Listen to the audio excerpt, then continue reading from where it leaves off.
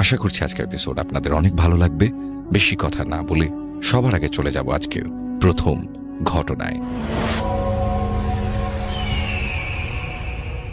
আমি তৌফিক, রাজবাড়ী জেলা থেকে। ঘটনাটি রাজবাড়ির লোকশেড এলাকার।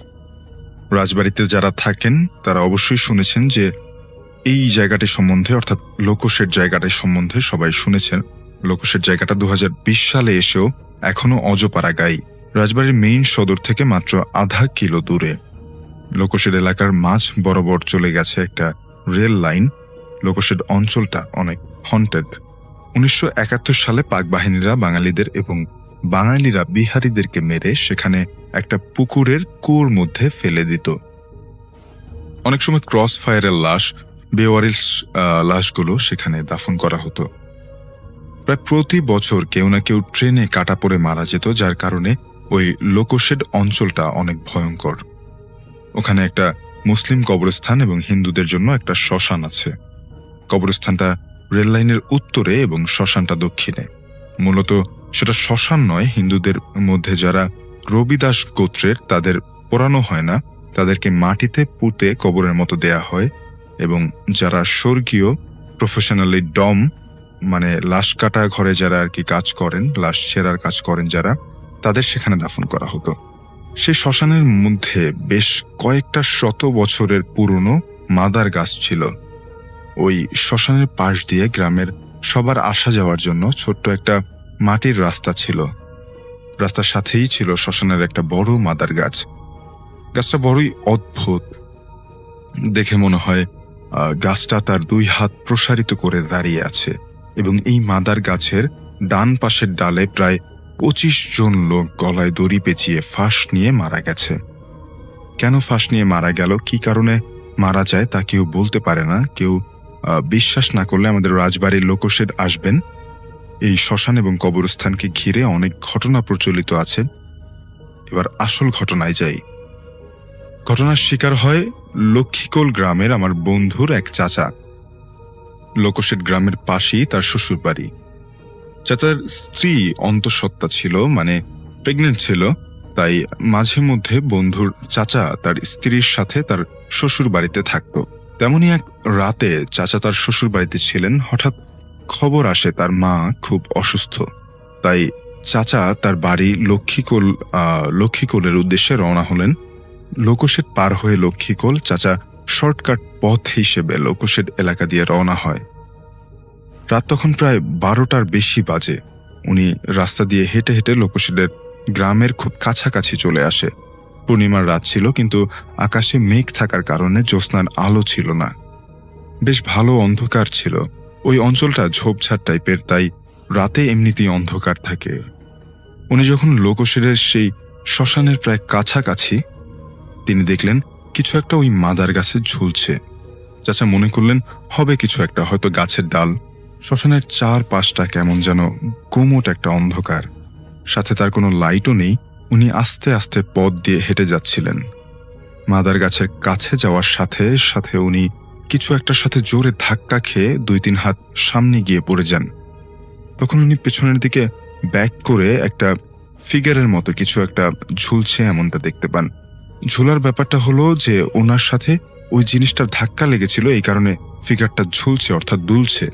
উনি চিন্তা করলেন না যে এটা হয়তো সাধারণ একটা ব্যাপার হবে, হয়তো গাছের ডাল ঝুলছে, ওটার সাথে ধাক্কা খেয়ে পড়ে গেছে।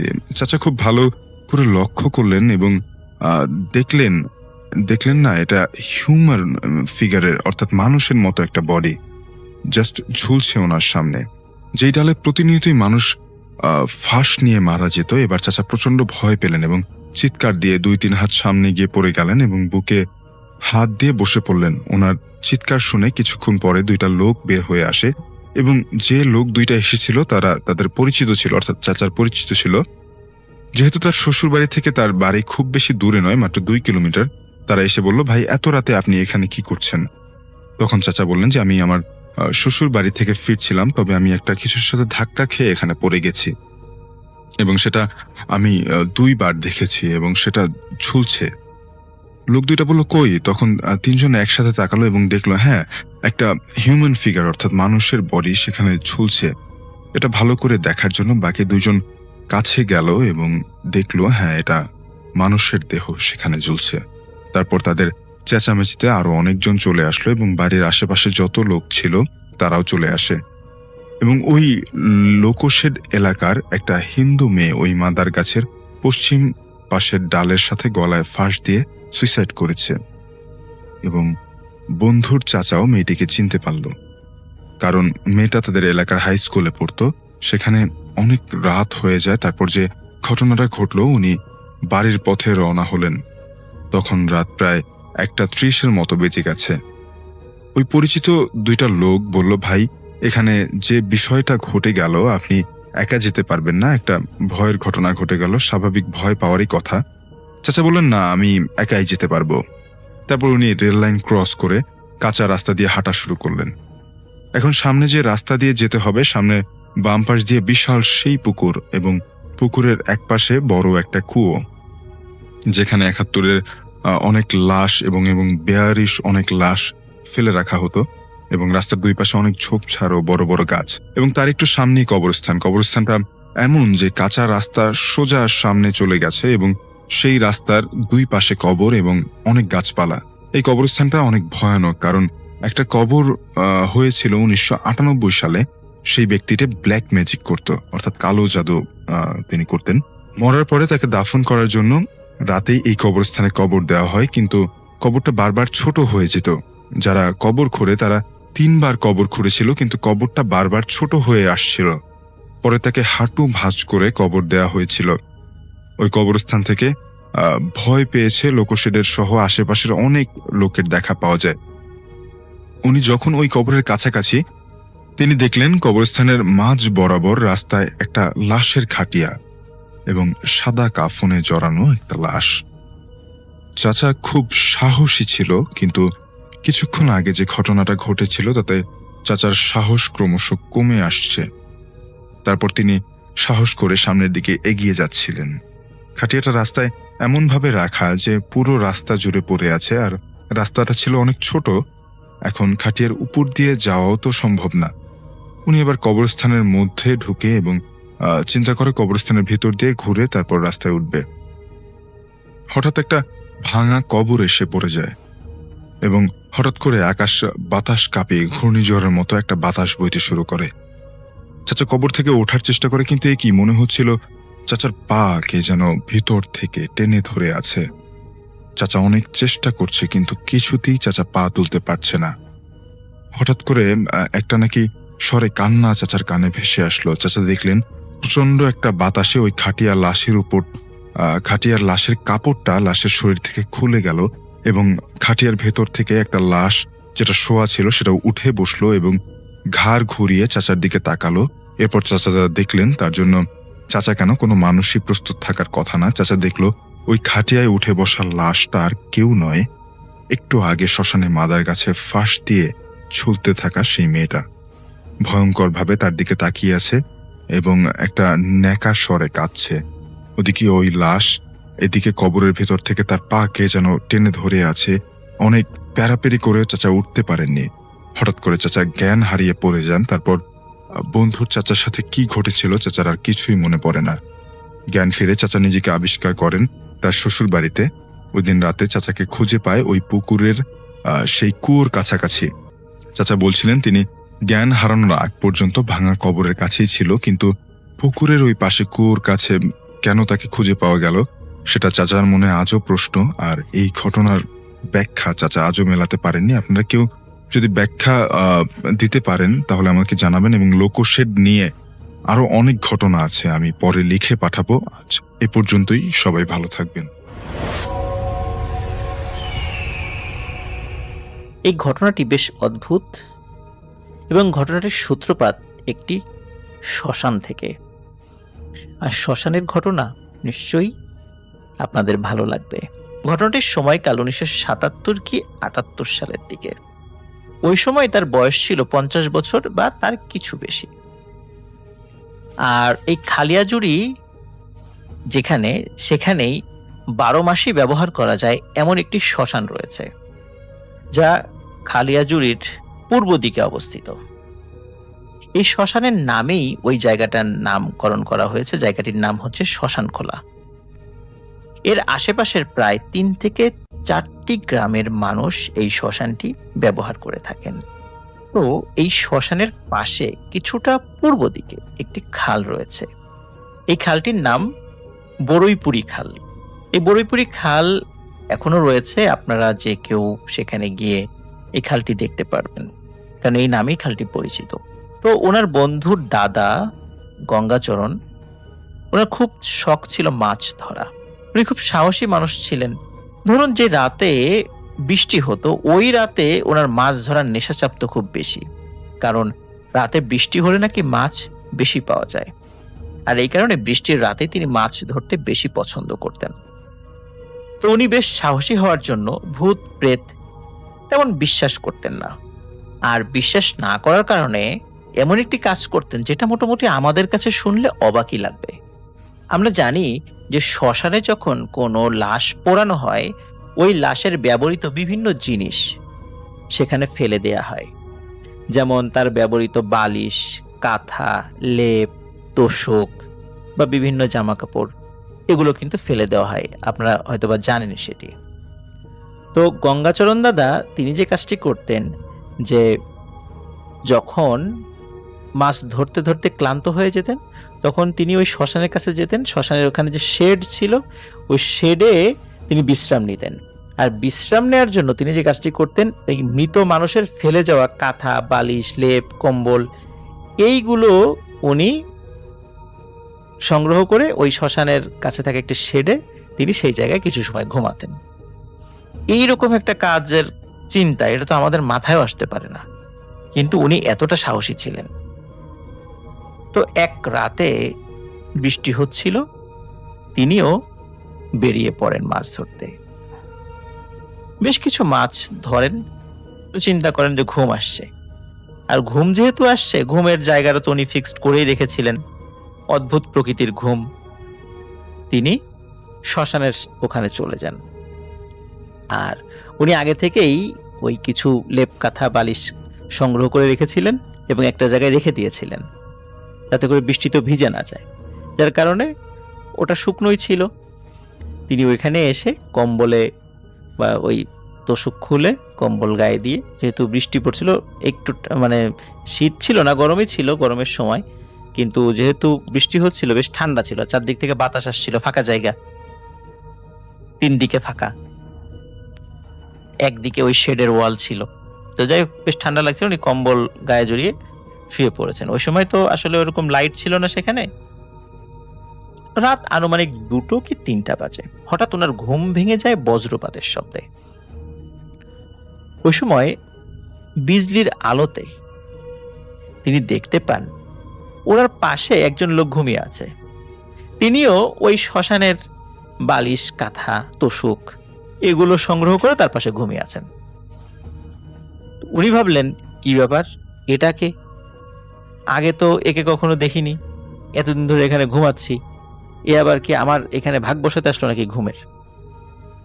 তিনি কিন্তু ভয় পেলেন না, কারণ হচ্ছে বিজলির আলোতে তিনি দেখতে পান ওই মানুষটি স্বাভাবিক মানুষের মতোই, তবে বিজলির আলোতে তাকে একটু বেশি কালো দেখাচ্ছিল। গঙ্গাচরণ দাদা তিনি বেশ বিরক্ত হলেন। ভয় পাননি, তিনি বিরক্ত হয়েছেন। বিরক্ত হয়ে তিনি তাকে ডাকাডাকি শুরু করলেন, এই ওঠেন, আপনি কে, বাড়ি কোথায়, কোন গ্রামে? কিন্তু সে কোনো উত্তর দেয় না, ঘুমিয়ে আছে। বারবার যখন এরকম ডাকাডাকি করছে, গায়ে হাত দিয়ে ধাক্কাধাক্কি করছে, ওঠেন ওঠেন, তখন ওই লোকটি উঠে বসে। কোনো কথার উত্তর না দিয়ে গঙ্গাচরণ দাদার যে মাছের থলিটি ছিল, যেটি তিনি ঘুমোতে আসার আগে যার মধ্যে মাছ রেখে দিয়েছিলেন এবং থলিটা তার পাশে রেখে দিয়েছিলেন, ওই লোকটি কি করে উঠে, মানে ঘুম থেকে উঠে হাতে ওই মাছের থলিটি নিয়ে হাঁটা শুরু করে। এটি দেখে গঙ্গাচরণ দাদা প্রচন্ড রেগে যান, যে এত বড় সাহস, কোনো কথা নাই বার্তা নাই, আমার একটা কথার উত্তর না দিয়ে আমারই ধরা মাছ সেগুলো নিয়ে চলে যাচ্ছে। ওনার এমন রাগ হয় যে উনি ওই শ্মশানে থাকা একটি আধা পোড়া বাঁশ এটি সংগ্রহ করে প্রচন্ড জোরে ওই লোকটির পিঠে মারেন এক বাড়ি। বাড়ি মারার সঙ্গে সঙ্গে একটি অদ্ভুত শব্দ শোনেন তিনি। পানি এবং কাদা, যেখানে আসলে কাদার পরিমাণটা কম, পানির পরিমাণ বেশি, এমন একটা জায়গায় আর কি। এমন একটা জায়গায় যদি কেউ বাঁশ দিয়ে আঘাত করে তখন যেরকম শব্দ হয় না, ঠিক এমন শব্দ হয়। এতে উনি চমকে ওঠেন, কি ব্যাপার, এমন শব্দ কেন? আর পিঠে বাড়ি পড়তেই ওই লোকটি ঘুরে তাকায়, আর গঙ্গাচরণ দাদা লক্ষ্য করেন ওই লোকটার নাক, মুখ থেতলানো আর চোখগুলো লাল হয়ে আছে। গঙ্গাচরণ দাদা বুঝতে পারেন যে উনি স্বাভাবিক কোনো মানুষের গায়ে আঘাত করেননি। ভয়ঙ্কর চেহারার ওই লোকটি আর একটু কাছে এগিয়ে এসে দাদার বাম দিকের কানে প্রচন্ড জোরে একটি চর মারেন, আর চর খেয়ে গঙ্গাচরণ দাদা অজ্ঞান হয়ে পড়ে যান। শ্মশানে এই ঘটনাটি ঘটলে, যদিও ঘটে শ্মশানে, কিন্তু পরদিন গ্রামের লোকজন ক্ষেতের মধ্যে গঙ্গাচরণ দাদার দেহকে আবিষ্কার করেন। ওনাকে উদ্ধার করা হয়, উদ্ধার করে বাড়িতে পৌঁছে দেয়। ওই দিন বিকেলে ওনার জ্ঞান ফেরে। জ্ঞান ফেরার পর উনি ফিল করছিলেন যে ওনার যে বাম কান, এই বাম কানে উনি তেমন কিছু শুনছিলেন না, এবং বাম কান এবং কানের আশেপাশের যেই মাংসপেশি বা চামড়া রয়েছে সেই জায়গাটি শক্ত হয়ে আছে। শুধু তাই নয়, তিনি বেশ জ্বরে আক্রান্ত হন। একজন কবিরাজ তিনি আসেন, তার নাম ছিল শিহাবুদ্দিন। উনি দোয়া পরে সারা শরীরে ফু দেন এবং কিছু পানি পড়া দিয়ে ওনার শরীরে ছিটিয়ে দেন। যখন এই ঘটনাটি ঘটে তখন কবিরাজ সহ উপস্থিত সবাই দেখতে পান যে গঙ্গাচরণ দাদার কানের ভেতর থেকে এবং কানের বাইরের যেই অংশটা মানে শক্ত হয়েছিল সেখান থেকে সাদা ধোঁয়া উঠছে। তখন কবিরাজ বলেন যে গঙ্গাচরণ, তুমি তো কাজটি ভালো করনি। তোমার মাছ নিয়ে যাচ্ছিল কিন্তু তোমার ক্ষতি তো করেনি। তুমি তো তাকে বারবার বিরক্ত করেছো। তোমার তো বোঝা উচিত ছিল যে এই সময়ে তোমার পাশে ঘুমিয়ে আছে, এটি স্বাভাবিক কিছু না। তুমি বারবার তাকে ডিস্টার্ব করেছো, তাকে ঘুম থেকে টেনে তুলেছো। আর তোমার মাছ নিয়ে যখন চলে যাচ্ছিল তোমার উচিত হয়নি তাকে বিরক্ত করা, তুমি তাকে আঘাত করেছো। এটি শ্মশানে থাকা এক ধরনের জিন।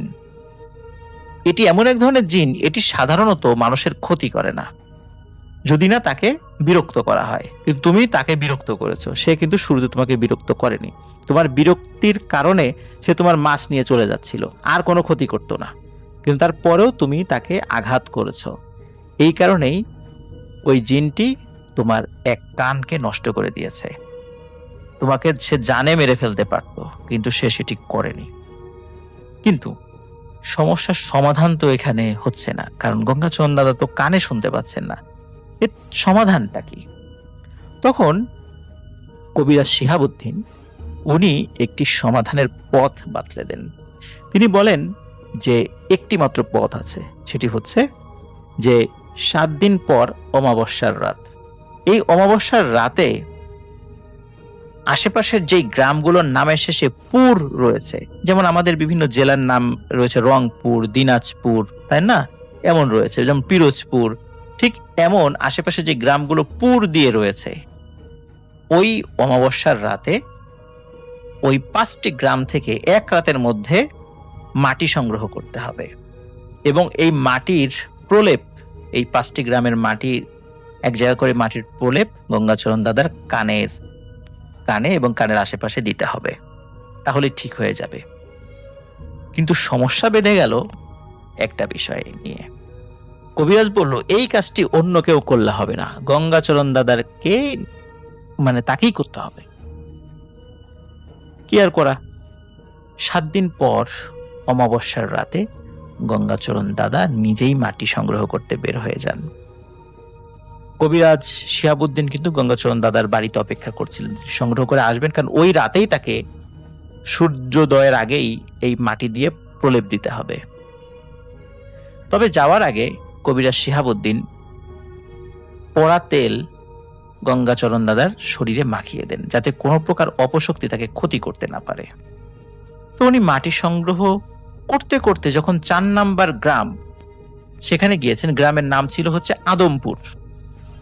যখন ওই গ্রামে গিয়েছেন তখন ওই গ্রামের ওনার পরিচিত একটি বাড়ির উঠোনে যখনই হাত রেখেছেন, তখন সাথে সাথে মনে হচ্ছিল চারদিকে বিনা বাতাসের ঝড় শুরু হয়ে গেছে। কারণ বাতাস তার শরীরে রাখছিল না, কিন্তু ঝড়ে মনে হচ্ছিল গাছগুলো ভেঙে পড়ে যাবে, এমন একটি অবস্থা।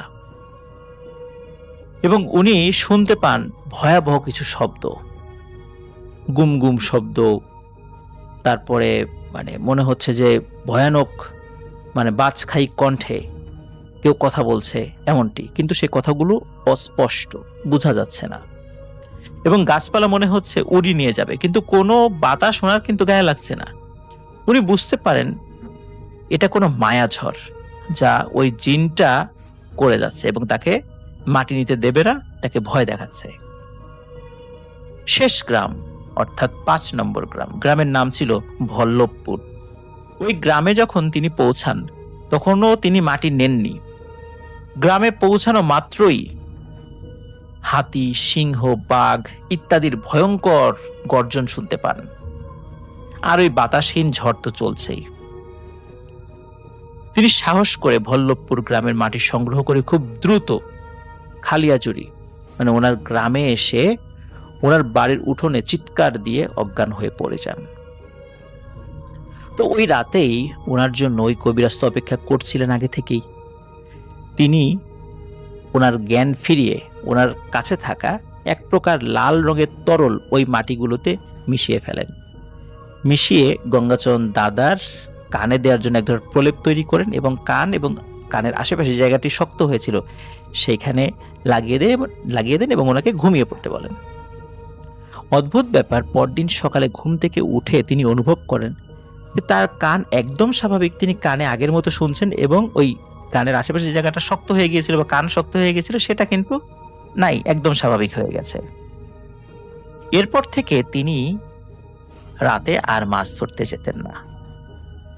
প্রিয় লিসেনার্স, ঘটনার সমাপ্তি কিন্তু এখানেই নয়। এই ঘটনার 2 মাস পর গঙ্গাচরণ দাদা ঘুমের মধ্যে মৃত্যুবরণ করেন। তিনি কিন্তু একজন সুস্থ স্বাভাবিক মানুষ ছিলেন, তার কোনো রোগও ছিল না। কেন তিনি ঘুমের মধ্যে মৃত্যুবরণ করেছিলেন? ঘুমের মধ্যে তিনি কি কিছু দেখেছিলেন, বা কেউ কি এসে তাকে হত্যা করেছিল, প্যারানরমাল বা অশরীরী কিছু? কিন্তু তিনি তো মারা গিয়েছেন, এই জন্য এই তথ্য আমরা আর জানতে পারিনি। যা হোক, এটি ছিল ঘটনা।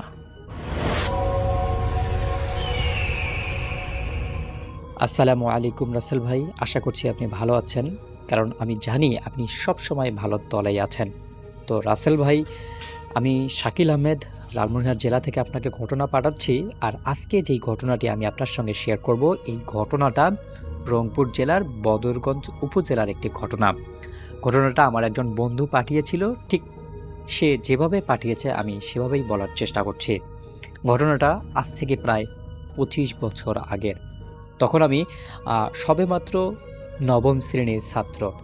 আমাদের গ্রামটা ছিল খুবই সুন্দর, দিনের বেলায় গ্রামের সৌন্দর্য দেখে মনে হতো পৃথিবীর সবথেকে নিরাপদ জায়গাগুলোর অন্যতম একটি জায়গা হচ্ছে আমাদের এই গ্রামটি।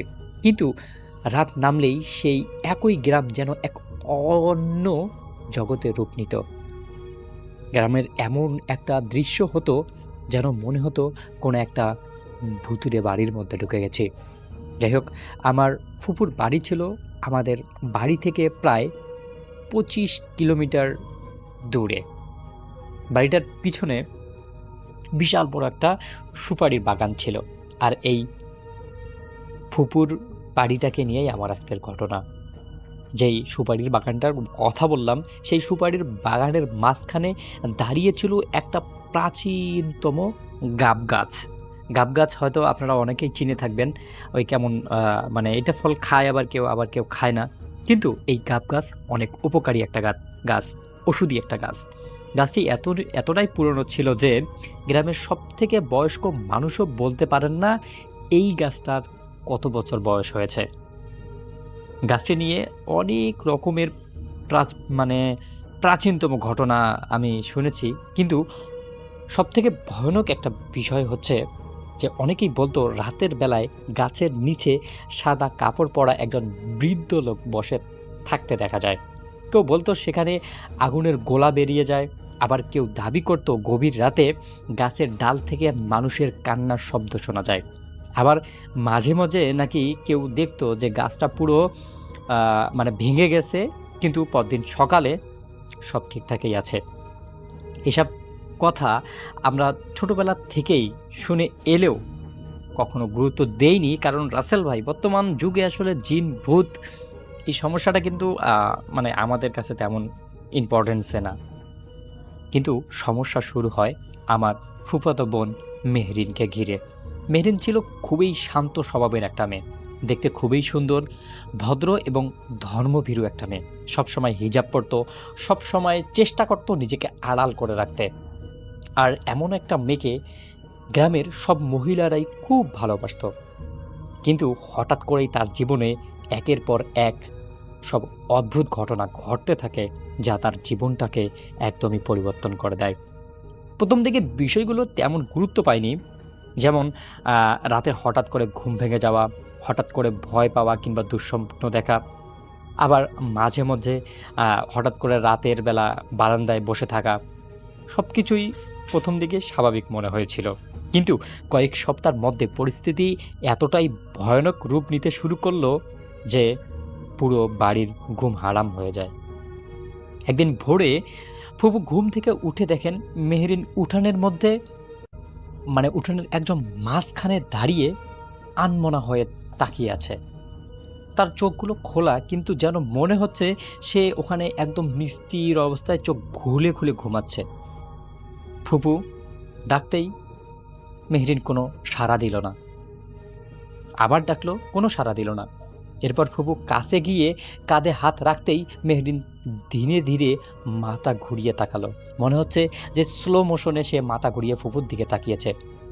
সেদিন তার চোখের চাহনি দেখে ফুপু ভয়ে চিৎকার করে ওঠেন। ফুপু বলেন চোখ দুটো এতটাই অস্বাভাবিক স্থির রকমের ছিল, যেন মানুষের চোখ নয়, মনে হচ্ছে কোনো একটা ভয়ঙ্কর চোখের চাহনি। এর পরেক্ষণেই মেহরিন মাটিতে লুটিয়ে পড়ে। জ্ঞান ফেরার আসার পর সে কিছুই মনে করতে পারেনি। মানে সে যে বাহিরে ছিল, সে যে তার মায়ের দিকে দেখেছে, এ কোনো কিছুই সে বলতে পারে না। এরপর শুরু হয় আরও একটি ভয়ানক ঘটনা। প্রতিদিন রাত ৩টার দিকে সে ঘুম থেকে চিৎকার করে উঠত, একই কথা বারবার বলছে, ওটা আবার এসেছে, ওটা গাছের নিচে দাঁড়িয়ে আছে, ওটা আমাকে ডাকছে, আমি সেখানে যাব। আরও বিভিন্ন রকমের বাক্য চয়ন করত মেহরিন। প্রথমে সবাই ভাবছিল হয়তো স্বপ্ন দেখেছে, হয়তো দুঃস্বপ্ন দেখেছে, কিন্তু একদিন ফুপু তাকে জিজ্ঞাসা করেন, মেহরিন তোমাকে কে ডাকছে, তুমি কি বলছো, তুমি এগুলো ভেবে বলতেছো তো? এই প্রশ্নের উত্তরে মেহরিন কাঁপা কাঁপা গলায় উত্তর দিয়েছিল, একটা গুই সাপ আমাকে ডাকে, আমি তার কাছে যাব। কথাটা শুনে সবাই হেসে উড়িয়ে দিয়েছিল। মনে করেছিল সবাই মেহরিনকে জিন ধরেছে, বা সে খুব বেশি লেখাপড়া করার কারণে তার মাথা পাগল হয়ে গেছে। কিন্তু মেহরিন সেদিন একদমই হাসেনি। তার মুখে এমন একটা আতঙ্ক এবং এমন একটা ভয়ের ছাপ ছিল, যা অভিনয় করা কখনোই সম্ভব নয়। সে বলেছিল গুইসাপটি সাধারণ কোনো প্রাণী নয়, তার দুটো চোখ মানুষের মতো বড়, আর সে সব সময় ডাব গাছের নিচে বসে থাকে। প্রথমে দূর থেকে তাকিয়ে থাকতো, এখন আমার কাছাকাছি আসে, এখন আমাকে নিয়ে যেতে চায়। আরও বিভিন্ন রকমের কথা বলতে শুরু করে মেহরিন। দিন যাচ্ছিল, মেহরিন ততই শুকিয়ে যাচ্ছিল। খাবারে অরুচি দেখা দিল, মাঝে মাঝে একা একা কথা বলতো, মাঝে মাঝে ঘুম থেকে উঠে আনমনা হয়ে কার সাথে জানে বিড়বিড় করে কিছু কথা বলতো। আবার কখনো এমন অট্ট হাসি হাসতো, যা একটা ছেলের পক্ষেই সম্ভব, কোনো মেয়ে এভাবে হাসতে পারে না। আবার মাঝে মাঝে এমন বেশি কান্না করতো, যা দেখে মানুষ ভাবতো যে সত্যি তার কোনো সমস্যা হয়েছে। কিন্তু একদিন বিকালে আমি নিজেই একটি ঘটনা প্রত্যক্ষ করি। সেদিন বাড়ির সবাই কাজে ব্যস্ত ছিল, আমি উঠানে বসে মোবাইল টিপছিলাম। হঠাৎ দেখে মেহরিন ধীরে ধীরে বাগানের দিকে হাঁটছে। তার হাঁটার ভঙ্গি ছিল একদমই অস্বাভাবিক, মনে হচ্ছিল যেন কেউ তাকে টেনে টেনে নিয়ে যাচ্ছে। আমি বেশ খানিকটা অবাক হয়ে তাকে ডাকলাম, মেহরিন, এই মেহরিন। কিন্তু সে কোনো কিছু শুনল না। আমি ভাবলাম, কিরে, এর আবার কি হলো হঠাৎ করে? চেয়ে দেখলাম যে আসলে কি হয়। দেখলাম যে না, সে তার মতো হেঁটেই চলছে। আমি দৌড়ে গিয়ে তার হাত ধরে টান মারলাম। সঙ্গে সঙ্গে সে আমার দিকে তাকালো। সেই মুহূর্তে আমার বুকের ভেতর কেমন যেন চিনচিন করে উঠল। তার চোখ দুটো সম্পূর্ণ রক্তবর্ণ হয়ে গিয়েছিল।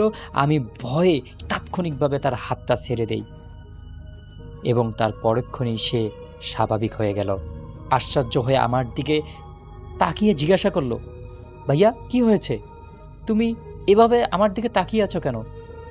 আমি সেদিন কাউকে কিছু বলিনি, কিন্তু সেদিন রাত থেকেই আমিও অস্বস্তিবোধ অনুভব করি।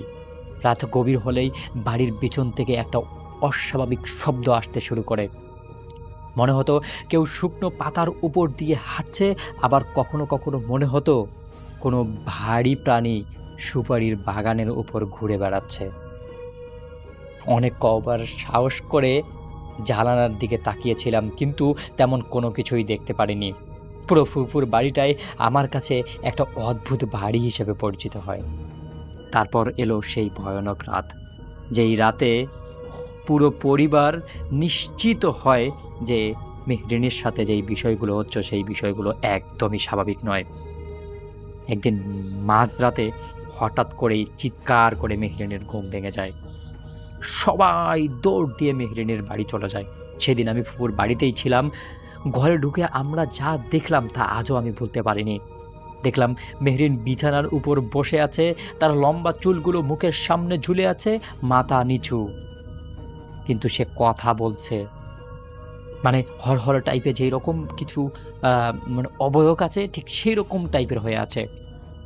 কিন্তু সে যেই কণ্ঠে কথা বলছে তা তার নিজেরও নয়। আমি মেহরিনের কণ্ঠ স্পষ্টভাবে চিনি। সেটা মেহরিনের কণ্ঠ নয়। কণ্ঠটা ছিল গভীর, কর্কশ এবং এতটাই ভয়ানক কণ্ঠস্বর যে সে ধীরে ধীরে বলছিল, আমি ওকে নিয়ে যাব, এটা আমার, এটা শুধুই আমার, অনেক আগেই আমার হয়ে গেছে। ঘরের বাতাস এমন একটা দোলা দিয়ে যায় যেন মনে হচ্ছে পুরো ঘরটাই একটা কাঁপনি উঠে যায়। এরপর ফুপুই খুব জোরে চিৎকার করে কান্না করে পড়ল। আর সেই রাতের পরেই সিদ্ধান্ত নেওয়া হলো একজন অভিজ্ঞ কবিরাজের সাহায্য নেওয়া হবে। কিন্তু এই অভিজ্ঞ কবিরাজ কোথায়? এলাকায় যেই কবিরাজ ছিল সেই কবিরাজ তাকে চিকিৎসা করতে অস্বীকৃতি জানায়।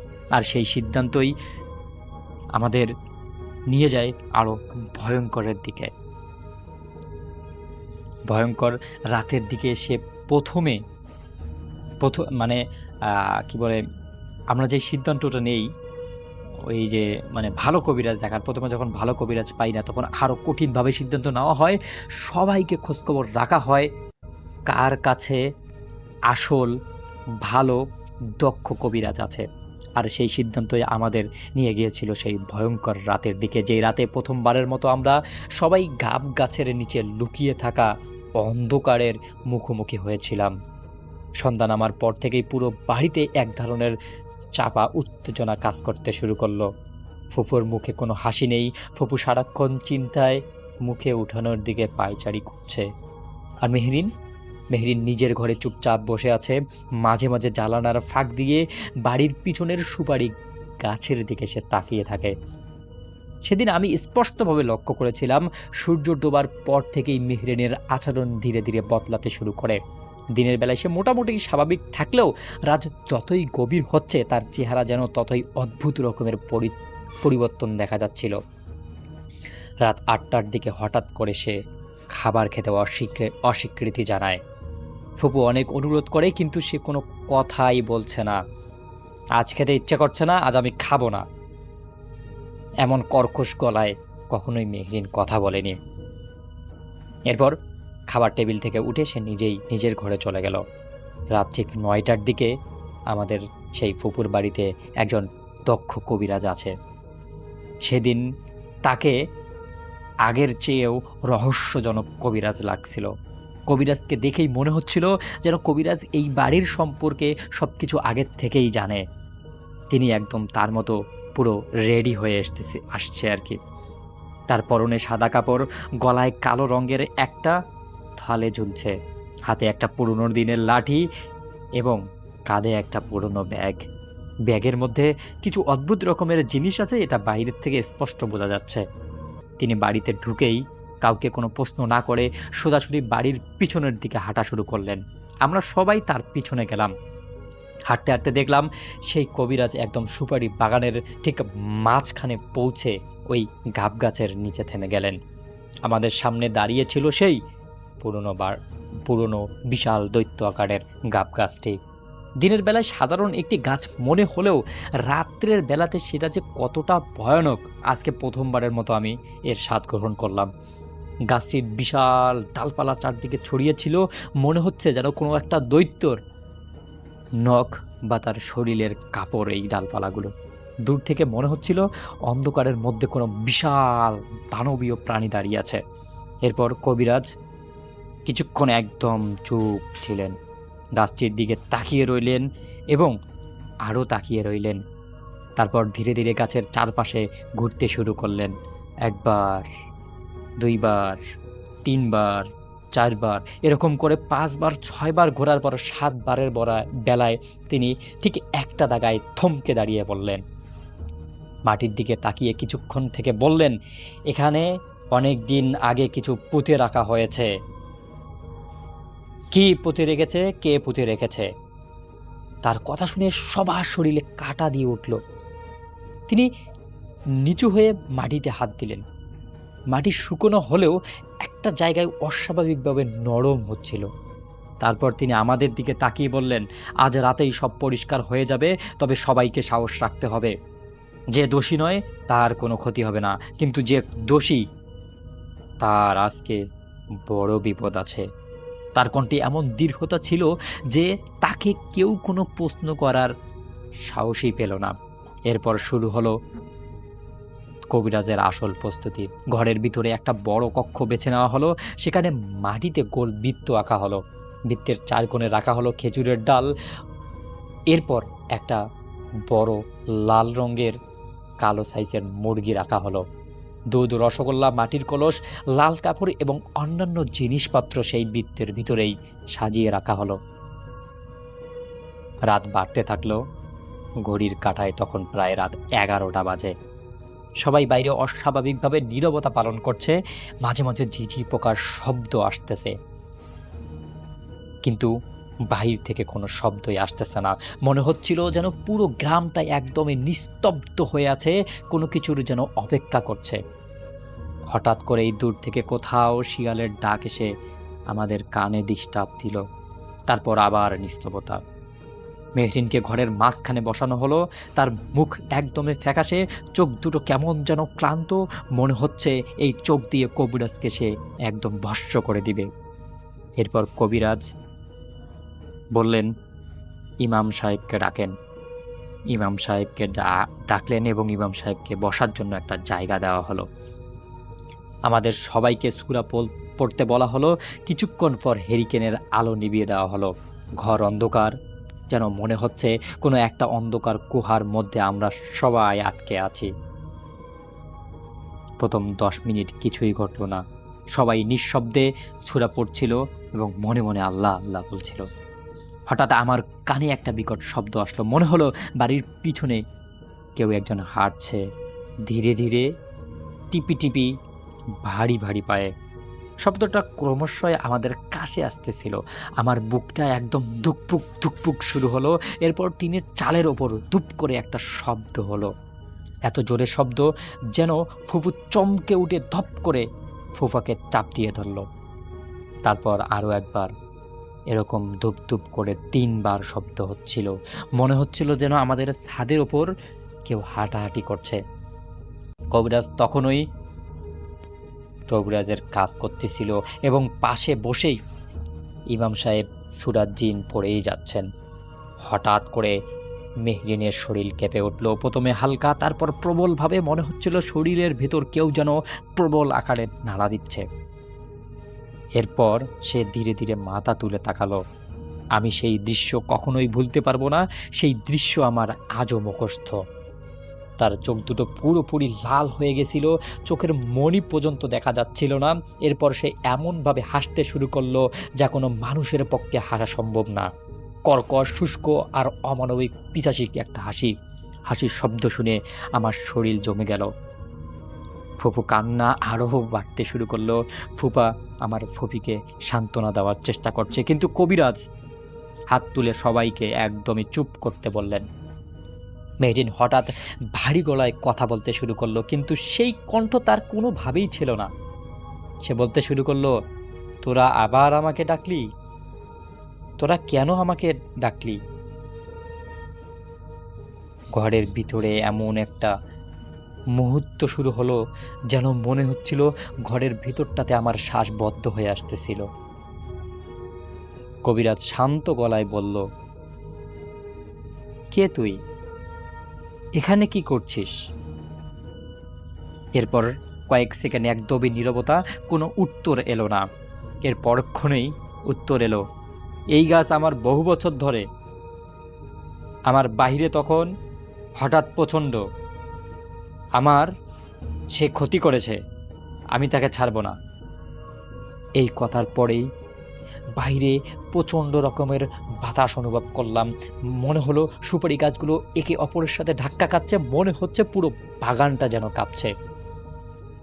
এরপর আবারও মেহরিন হাসলো, তারপর আবারও বলল, আমি ওকে নিয়ে অনেক আগেই নিয়ে গেছি, আমি ওকেই বেছে নিয়েছি, ও আমার হবে। ঠিক তখনই ঘরের এক কোণ থেকে একটা বিকট রকমের শব্দ এলো। মনে হলো কেউ দেয়ালের মধ্যে খুব জোরে আঘাত করছে। একবার, দুইবার, তিনবার আমরা সবাই আতঙ্কের মধ্যে জেমে পড়লাম। এরপরের ঘটনায় এমন কিছু হলো যা আজও আমার শরীর শিউরে ওঠে। ঘরের বাইরে গাব গাছের দিক থেকে এমন একটা গর্জন ভেসে এলো যা কোনো পরিচিত প্রাণীর আওয়াজ নয়। না কুকুর, না শিয়াল, না বাঘ, না সিংহ, না অচেনা কোনো ভয়ঙ্কর শব্দ।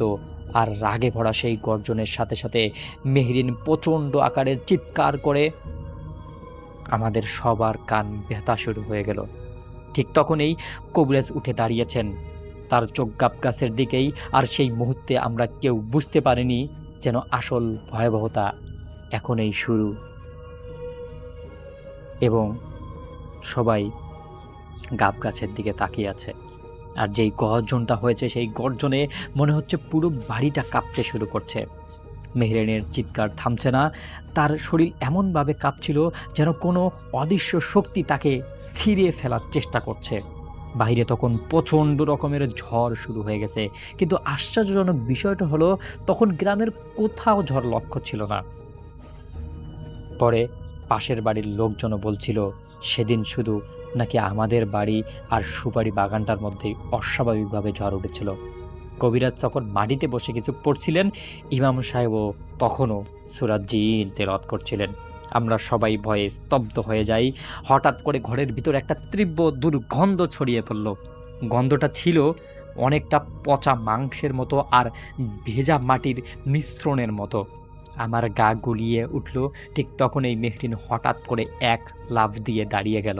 তার চোখ দুটো একদমই রক্তবর্ণ, চুলগুলো এলোমেলো, মুখে এমন একটা বিকৃত রকমের হাসি যা কোনো মানুষের মুখে মানায় না। সে হাসিতে ধীরে ধীরে ঘুরিয়ে সে কবিরাজের দিকে তাকালো, তারপর ভারী গলায় বলল, তোকে আমি চিনি, তুই কেন এসেছিস? কবিরাজ শান্তভাবে বলল, আল্লাহর নামে বলছি, তুই এখান থেকে চলে যা, না হলে আমি তোর এমন দশা করব তুই কখনো আর কারোর সাথে এইভাবে করতে পারবি না। কথাটা বলার সাথে সাথেই মেহরিন এমনভাবে হেসে উঠল যেন আমার বুকের ভেতরটা কেঁপে উঠল। হাসির শব্দটা যেন ঘরের ভিতর নয়, পুরো বাড়িটার চারপাশে প্রতিধ্বনি হতে শুরু করলো। এরপর হঠাৎ করে এই গাব গাছের দিকে আঙ্গুল তুলে বলল, ওখানে যা খুঁজছিস তা তো পাবি না, আমাকেও পাবি না, আমাকে ছেড়ে দে, আমাকে কেন বিরক্ত করছিস? কবিরাজ কোনো উত্তর দিল না, শুধু ইমাম সাহেবের দিকে তাকিয়ে মাথা নাড়ালো। এরপর আমাদের কয়েকজনকে নিয়ে ঘরের বাইরে বের হলেন। দেখলেন বাইরে বৃষ্টিও নেই, কোনো কিছুই নেই, একদম শান্ত, সব কিছুই যেন একদম শান্ত হয়ে গেছে। এরপর কবিরাজ বললেন, কেউ পিছনের দিকে তাকাবেন না, সবাই সামনের দিকে চলবেন। এরপর আমি সহ আরও কিছুজন লোক আমরা একদম ওই গাব গাছের দিকে যাই। ওখানে গিয়ে কবিরাজ ওই যেই প্রথমে যেই নরম জায়গাটা ছিল সেই নরম জায়গাটা খুঁড়ে সেখানে একটা তাবিজ পুঁতে রাখেন। এবং আমি পরে শুনতে পাই, আমরা তো ওখানে ছিলাম, পরে শুনতে পাই যে মেহরিন নাকি সাথে সাথে একদম নিস্তব্ধ হয়ে যায়। একদম টানা 3 ঘন্টা পর সে তার অজ্ঞান মানে জ্ঞান ফেরে। জ্ঞান ফেরার পর মেহরিন একদমই স্বাভাবিক হয়ে যায়। মেহরিন বলে, এত মানুষ কেন আমাদের বাড়িতে, আমার কি হয়েছিল? মানে মেহরিনের কোনো কিছুই মনে নেই, এরকম একটা অবস্থা। আল্লাহর রহমতে পরবর্তী সময় মেহরিন একদম সুস্থ হয়ে যায় এবং এখন পর্যন্ত মেহরিন ভালো আছে। ওর একটা বিবাহ হয়েছে, সেখানে সে ভালো আছে, একটা সন্তানও আছে। কিন্তু মাঝে মধ্যে মেহরিন হঠাৎ করেই রাতের বেলা ঘুম থেকে উঠে বাইরের দিকে বসে এবং যেখানে ওর শ্বশুরবাড়ি আছে সেখান থেকে ওই যে পুরোনো দিনের গাব গাছটা আছে সেই গাব গাছটার দিকে নাকি এখনও তাকিয়ে থাকে। বাট এটা খুবই কম, মাসে বছরে একবার আসে আর কি। তো রাসেল ভাই, এটাই ছিল ঘটনাটা আমাকে আমার একটা ফ্রেন্ড পাঠিয়েছে। আমি জানি না ঘটনাটা কতটুকু সত্য, যদি ঘটনাটা ভালো লাগে তাহলে শেয়ার করবেন।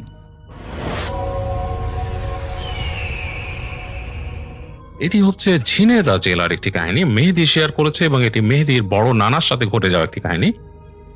আশফাক চৌধুরী তিনি ছিলেন বেশ শখের একজন মানুষ এবং তিনি বেশ বিত্তশালী একজন মানুষ ছিলেন। তিনি তার এলাকার মধ্যে বেশ বিত্তশালী একজন মানুষ এবং খুব শৌখিন মানুষ ছিলেন। ঘোরাফেরা করতেন, বেশ পছন্দ করতেন দূর দূরান্তে। যখনই তার গ্রাম থেকে দূরে কোথাও হাট বসতো তিনি চলে যেতেন সেই হাটে বাজার করতে এবং সেখান থেকে তিনি সবচেয়ে বড় বড় মোরগ, সবচেয়ে বড় বড় মাছ, এই ধরনের জিনিসগুলো তিনি কালেক্ট করতেন এবং শহরের শৌখিন যেই জিনিসগুলো হাটে আসতো সেটাও তিনি কালেক্ট করতেন। তার মানে খুব শৌখিন ব্যক্তি ছিলেন আর কি। তো যাই হোক, সেই মেহেদীর নানা, বড় নানা আর কি, আশফাক চৌধুরী, তার খুব সহজ শখ ছিল এগুলো এবং তিনি বিভিন্ন সময় খবর নিতেন কোন হাটে বড় মাছ এসছে, তিনি তা কিনবেন। তো যাই হোক, তিনি একবার এরকম একবার সারাদিন তার শখ হলো যে তিনি ইলিশ মাছ খাবেন, বেশ বড় সাইজের ইলিশ মাছ। তো এটা মনে হওয়ার পরপরই তিনি তার ভৃত্য বিমলকে ডেকে আনলেন। ডেকে এনে বললেন যে, বিমল, যা খবর নিয়ে যে আমাদের এই গ্রামে বা আশেপাশের 3 গ্রামের মধ্যে যদি কোনো বাজারে সবচেয়ে বড় ইলিশ মাছ কোথায় আছে সেটা তুই আমাকে খবর এনে দে, আমি ইলিশ মাছ খাবো, আমার খেতে ইচ্ছা করতেছে। তো বিমলের কাছে তার তার মালিকের ইচ্ছাটাই অনেক বড় এবং সে কোনো কথা না বলে বলে, জি হুজুর, আমি খবর নিচ্ছি, এক্ষুনি আমি বের করছি, আপনি একটু অপেক্ষা করুন। তো যাই হোক, বিমল বেরিয়ে গেল। আর আশফাক চৌধুরী এই কথাটা তাকে বলেছিল তখন সকাল 10টা-11টা বাজে এরকম একটা সময়, এবং বিমল চলে গেল এবং তিনি অপেক্ষা করছেন সারাদিনই। তার বাসায় তার স্ত্রী এসে জিজ্ঞেস করেছেন যে, আপনি কি খাবেন, দুপুরে কি রান্না করব? তিনি বললেন যে, আমি কিছুই খাবো না, আমার ইলিশ মাছ খেতে ইচ্ছা হয়েছে, ইলিশ মাছ যখন আসবে তখন আমি ইলিশ মাছ খাবো, তো ততক্ষণ পর্যন্ত আমাকে কিছু জিজ্ঞেস করবা না, তুমি সবকিছু তৈরি করে রাখো, ইলিশ মাছ যখন আসবে ইলিশ মাছ আমাকে ভেজেও দিবা, আবার তুমি সরিষা দিয়েও রান্না করে দিবা, দুই ভাবে আমি ইলিশ মাছ খাবো। যাই হোক, আশফাক চৌধুরীর কথা শুনে তার স্ত্রী একটু মানে চটে গেলেন, কারণ তার অভ্যাসই ছিল যে তার স্বামী যখন নাকি তার কাছে এইসব আবদার করতো তিনি ঠিকই রান্না করে দিতেন, কিন্তু তিনি তার চেহারাটাকে একটু ভিন্ন রকম করে ফেলতেন এবং মানে একটু ঠেস দিয়ে দিয়ে রাগ করে করে চলে যেতেন সেখান থেকে। তো যাই হোক, এরকম করেই তিনি চলে গেলেন। আশফাক চৌধুরী চা খাচ্ছেন আর তিনি অপেক্ষা করছেন বিমলের জন্য। এরকম হতে হতে সময় পার হচ্ছে, দুপুর গড়িয়ে বিকেল হয়ে গেল। আশফাক চৌধুরীর মেজাজ খুব চড়া হয়ে গেল, কারণ তার ক্ষুধাও লেগেছে বেশ। তো তার স্ত্রী এসে জিজ্ঞেস করলো যে, কি ব্যাপার, আপনাকে বললাম যে কি আপনার খাবারের জোগাড় করতে বললেন, বিমলের কোনো খবর নেই। তো তিনি বললেন যে, আমাকে মুড়ি দাও, আমাকে মুড়ি দাও, গুড় দাও, আমি সেটা খাবো, আর আমি দেখি বিমলের কি। তো তিনি তার আরেকজন ভৃত্যকে ডাকলেন, ডেকে বিমলের খবর নিতে বললেন। তো সেও চলে গেল এবং আশফাক চৌধুরী মুড়ি গুড় খাচ্ছেন। এর মধ্যে টিপটিপ বৃষ্টি পড়া শুরু হলো। টিপটিপ বৃষ্টি পড়ে বিকাল গড়িয়ে গেল, প্রায় সন্ধ্যা হয়ে আসছে। এই সময় তার ভৃত্য খবর নিয়ে আসলো যে বিমল আসছে, দূর থেকে আসছে। তো বললো, বিমলের হাতে মাছ আছে? বললো যে, না হুজুর, বিমলের হাতে কোনো মাছ নেই। আশফাক চৌধুরীর প্রচন্ড রাগ উঠলো তো রাগ ওঠার পর তিনি মানে একদম মানে প্রচন্ড অগ্নিশর্মা হয়ে গেলেন, প্রচন্ড রেগে গেলেন। তিনি আর কি মানে ভাষা খুঁজে পাচ্ছেন না কিছু বলার। বিমলকে তো আসলে মানে বিশাল রকম তিনি বকবেন এরকম। তো যাই হোক, এর মধ্যে যখন সন্ধ্যা হয়ে গেছে প্রায়, এই সময় বিমল আসলো। আসার পর বলল যে হুজুর, আমি তো বাজারে খুঁজছি, কিন্তু আপনি যেরকম বড় মাছ বলছেন সেরকম বড় কোন ইলিশ মাছ আমি আমাদের বাজারেও পাইনি, 3 গ্রামেও পাইনি। তো শেষ গ্রামের খবর আমি নিছি, সেখানে নাকি মাছ ওঠে। এখন গেলে সেখানে তো মাছ কেমন পাওয়া যায় আমি জানি না। তো আশফাক চৌধুরী গেলেন, খুব রাগ করে উঠলেন। তিনি রাগ করে উঠে বিমলকে বললেন যে তোর তোর তোর তোর যাওয়া লাগবে না, তুই আমার সামনের থেকে যা, আমি যাবো, এখন বেরোবো। তো তিনি বাসার থেকে রাগ করে বেরোলেন। মানে যেরকম ছিলেন তার সাথে শুধু পাঞ্জাবিটা পরে তিনি তার টাকা পয়সা মানে যা লাগে টুকিটাকি বাজার করতে এগুলো নিয়ে তিনি রওনা দিলেন, এবং তার স্ত্রীকে বলে গেলেন যে তুমি রান্না জোগাড় করো, আমি রাতে মাছ খাবো। এই বলে তিনি হেঁটে বেরোলেন। তো তিনি হেঁটে যাচ্ছেন এবং তিনি তারপর খেয়াল করলেন যে তার পিছনে পিছনে বিমলকে তিনি রাগ করে বলেছেন, কিন্তু বিমল ঠিকই আসছে, তার পিছনে পিছনে বিমল ঠিকই আসছে। দূরেতে তো তার রাগটা এক সময় একটু কমলো। কিন্তু সেই সময় গ্রামের রাস্তায় চলাচলের খুব একটা মানে ব্যাপার ছিল না। তখন গ্রামের রাস্তায় গরুর গাড়ি চলতো, আর কোনো কোনো সময় 3 চাকার ভ্যান চলতো, তাও খুব মানে খুব একটা মানে ভালো মানে খুব মানে এটা দেখা পাওয়া খুব কঠিন ছিল। সবসময় 3 চাকার ভ্যান দেখা পাওয়া যেত না, গরুর গাড়িটা মাঝে মাঝে পাওয়া যেত। আর বেশিরভাগ মানুষই হেঁটে চলে হেঁটে হেঁটে পায়ে হেঁটে বিভিন্ন জায়গায় যাওয়া আসা করতো। তো যাচ্ছেন আশফাক চৌধুরী, বৃষ্টি পড়েছে, রাস্তা ভিজে গেছে, কাদা কাদা হয়ে গেছে, এরকম অবস্থা দিয়ে তিনি যাচ্ছেন এবং অন্ধকার হয়ে গেছে। তো তিনি তার সাথে তার যে টর্চ লাইট মানে ফ্ল্যাশ লাইট, যেটাকে টর্চ লাইট বলতো তখন, সেই টর্চ লাইট তিনি নিয়েছেন। তিনি তার সাথে একটা মাফলার নিয়েছেন এবং তার সাথে তার একটা ব্যাগ আছে যেটাতে তিনি জিনিসপত্র কিছু নেন, তার প্রয়োজনীয় কাগজপত্র বা জিনিসপত্র ক্যারি করেন। তো এরকম তিনি যাচ্ছেন হেঁটে হেঁটে, অন্ধকার হয়ে গেছে, ফ্ল্যাশ লাইট মারছেন মাঝে মাঝে, রাস্তায় দেখে নিচ্ছেন। হেঁটে যাচ্ছেন, চারপাশে ব্যাঙের আওয়াজ, ঝিঝি পোকার আওয়াজ, আর তিনি মাঝে মাঝে ঘুরে ফ্ল্যাশ লাইট মারছেন। বিমল দূরে দূরে আসছে। তো তিনি বিমলকে বললেন, তুই আয়, কাছে আয়, তোর দূরে থাকা লাগবে না, কাছে আয়। তো বিমল আস্তে আস্তে তার কাছে চলে এলো। তো হেঁটে যাচ্ছেন। উনি মাঝে মাঝে জিজ্ঞেস করলেন যে তাকে যে ওই বাজারে গেছিলি, কি দেখলি ওখানে মাছের কি অবস্থা, ভাও কিরকম? তো বিমল বলল যে হুজুর, আমি তো আসলে মাছ তেমন দেখি নাই, আপনি বলছেন তাই খবর নিলাম। এই বাজারগুলোতে ইলিশ মাছ তেমন কিছু নাই, ছোট 2-1টা ছিল যেগুলো জাটকা টাইপের, ওগুলো আসলে আপনি বলছেন বড় মাছ নিতে, তো এর জন্য আমি আর সাহসও করি নাই ওগুলো দেখা। তো তিনি চলতে লাগলেন। তো এক সময় অনেক দূর চলতে চলতে তারা এক সময় যেই হাটের কথা সেখানে তারা পৌঁছেছেন, কিন্তু সেই হাটটা 8টার দিকে, রাত 8টার দিকে বন্ধ হয়ে যায়। রাত 8টার পরে সেই হাট থাকে না। তো তারা যখন পৌঁছেছেন সেখানে তখন 8টা প্রায় বাজি ছুঁই করে, মানে 8টার কাছাকাছি বেজে গেছে এবং হাট এর প্রায় বেশিরভাগ দোকানপাট বন্ধ হয়ে গেছে। মাছের যে জায়গাটা যেখানে মাছ বিক্রি হয় সেই জায়গাটায় যে দেখলো যে সেই জায়গাটা বেশ মানে 1-2টা মাছের দোকান আছে। তো আশফাক চৌধুরীর মন খুব খারাপ হয়ে গেল। তিনি ভাবলেন যে এই যে জিদ করে আজকে সারাদিন না খেয়ে থাকা, বা তার যে এই অভ্যাসটা যে তার ইচ্ছা করলে কিছু খেতেই হবে, এই অভ্যাসটা তার চেঞ্জ করতে হবে। তিনি এটা মনে মনে ভাবছেন যে এটার জন্য আসলে সারাদিনই বিপর্যয় হলো। তিনি তেমন কিছুই খান নাই, তার সাথে তিনি জানেন যে তার স্ত্রীও খাননি, এবং একটা মানে বাজে অবস্থা, এবং তিনি রাগ দেখিয়ে যে হেঁটে আসলেন এত দূর, রাত হয়ে গেছে। তো শেষের দিকে তিনি দেখলেন যে কয়েকটা মাছের দোকান খোলাতে, তিনি তাড়াতাড়ি হেঁটে গেলেন ওখানে বিমলকে নিয়ে, এবং খুঁজে যে 3য় দোকানটা ঝাপ বিক্রি করছে তিনি জিজ্ঞেস করলেন কি মাছ, সেই লোকটা ইলিশ মাছ বিক্রি করছিল। তো তার কুপি জ্বলছে এবং তার ঝাপ তিনি লোকটা তার মাছগুলোকে একটা বড় ঝুড়ির মধ্যে রেখে, বরফের মধ্যে রেখে সে মানে ঝাপ নামিয়ে দিয়েছে। তো তিনি বললেন যে ভাই একটু এটা সরান, আমি মাছ নিব। লোকটা বলছে না, আমি এখন বন্ধ করে দিয়েছি, এখন আর কারবার করবো না, আমার শেষ, আমি মাছ নামায় ফেলতে। তো তিনি অনেক তাকে অনুরোধ করেন যে দেখেন, আমি অনেক দূর থেকে আসছি, জাস্ট এই মাছ নেওয়ার জন্য, শুধু এই একটা মাছ আমি কিনবো, এই কারণে আসছি, বা আপনি একটু খুলেন। তো লোকটা অবাক হয়ে তার দিকে একটু তাকায় শেষ পর্যন্ত বিরক্ত হয়ে লোকটা তার ঝাপ সরালো। তো যাই হোক, সেখানে ঝাঁপে নেড়ে দেখলেন যে বেশ কিছু মাছ আছে। তো তার মধ্যে সে বললেন যে ভালো মাছ কি নাই? তখন লোকটা বললো হ্যাঁ, একটা বড় মাছ আছে, এটা আমি রাখছি, এটাকে আমি ভালো মতো বরফ দিয়ে রাখছি, আপনি নিলে বের করবো, আর নইলে আমি এটা কালকে হাটের জন্য আমি রাখবো আর কি, কালকে বিক্রি করব। তো তিনি বললেন যে এখানে অবশ্য সবসময় হাট বসতো না, ওখানে সপ্তাহে 3 দিন হাট বসতো, 4 দিন বসতো না। তো যাই হোক, ওই 3 দিনেই তারা ব্যবসা করতো মাছওয়ালারা। তো তিনি বলেন যে বড় মাছটাই আমাকে দেখান।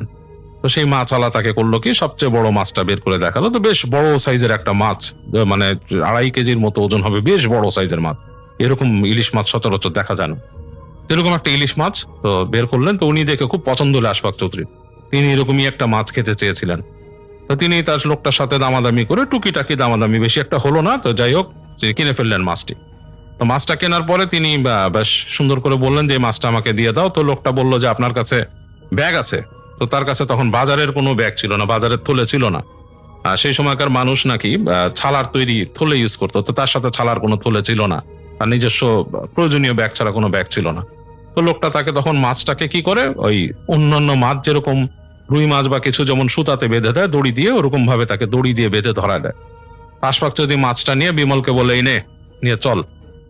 তো বিমল সেই মাছটা নিয়ে হাঁটা ধরে, তিনিও হাঁটছেন এবং বিমলও হাঁটছেন। হেঁটে হেঁটে যখন হাট থেকে বের হয়েছেন, আরেকটু সামনে আসছেন, তো আশফাক চৌধুরী দেখলেন যে দূরে একজন লোক দাঁড়িয়ে আছে, ফ্ল্যাশ লাইট মারছে তার পাশে আশেপাশে। তো লোকটা যখন নাকি ফ্ল্যাশ লাইট মারছেন, কাছাকাছি আসলেন, তিনি তখন চিনতে পারলেন যে এটা হচ্ছে তাদের পাশের যে গ্রামের যে হেডমাস্টার স্কুলের তিনি। তো তিনি হেডমাস্টারকে দেখে বললেন যে হেডমাস্টার সাহেব কেমন আছেন? হেডমাস্টার সাহেব বলল, কি আশফাক সাহেব ভালো আছেন নাকি? অনেকদিন দেখি না আপনারা। তারা খোঁজ গল্প শুরু করলেন। তো আশফাক চৌধুরী তখন দেখলেন যে এদিকে রাত হচ্ছে, তার বউ রাগ করবে, এ বাসা পৌঁছাতে পৌঁছাতে প্রায় রাত 10টা বাজার বেশি হবে, এরকম একটা অবস্থা।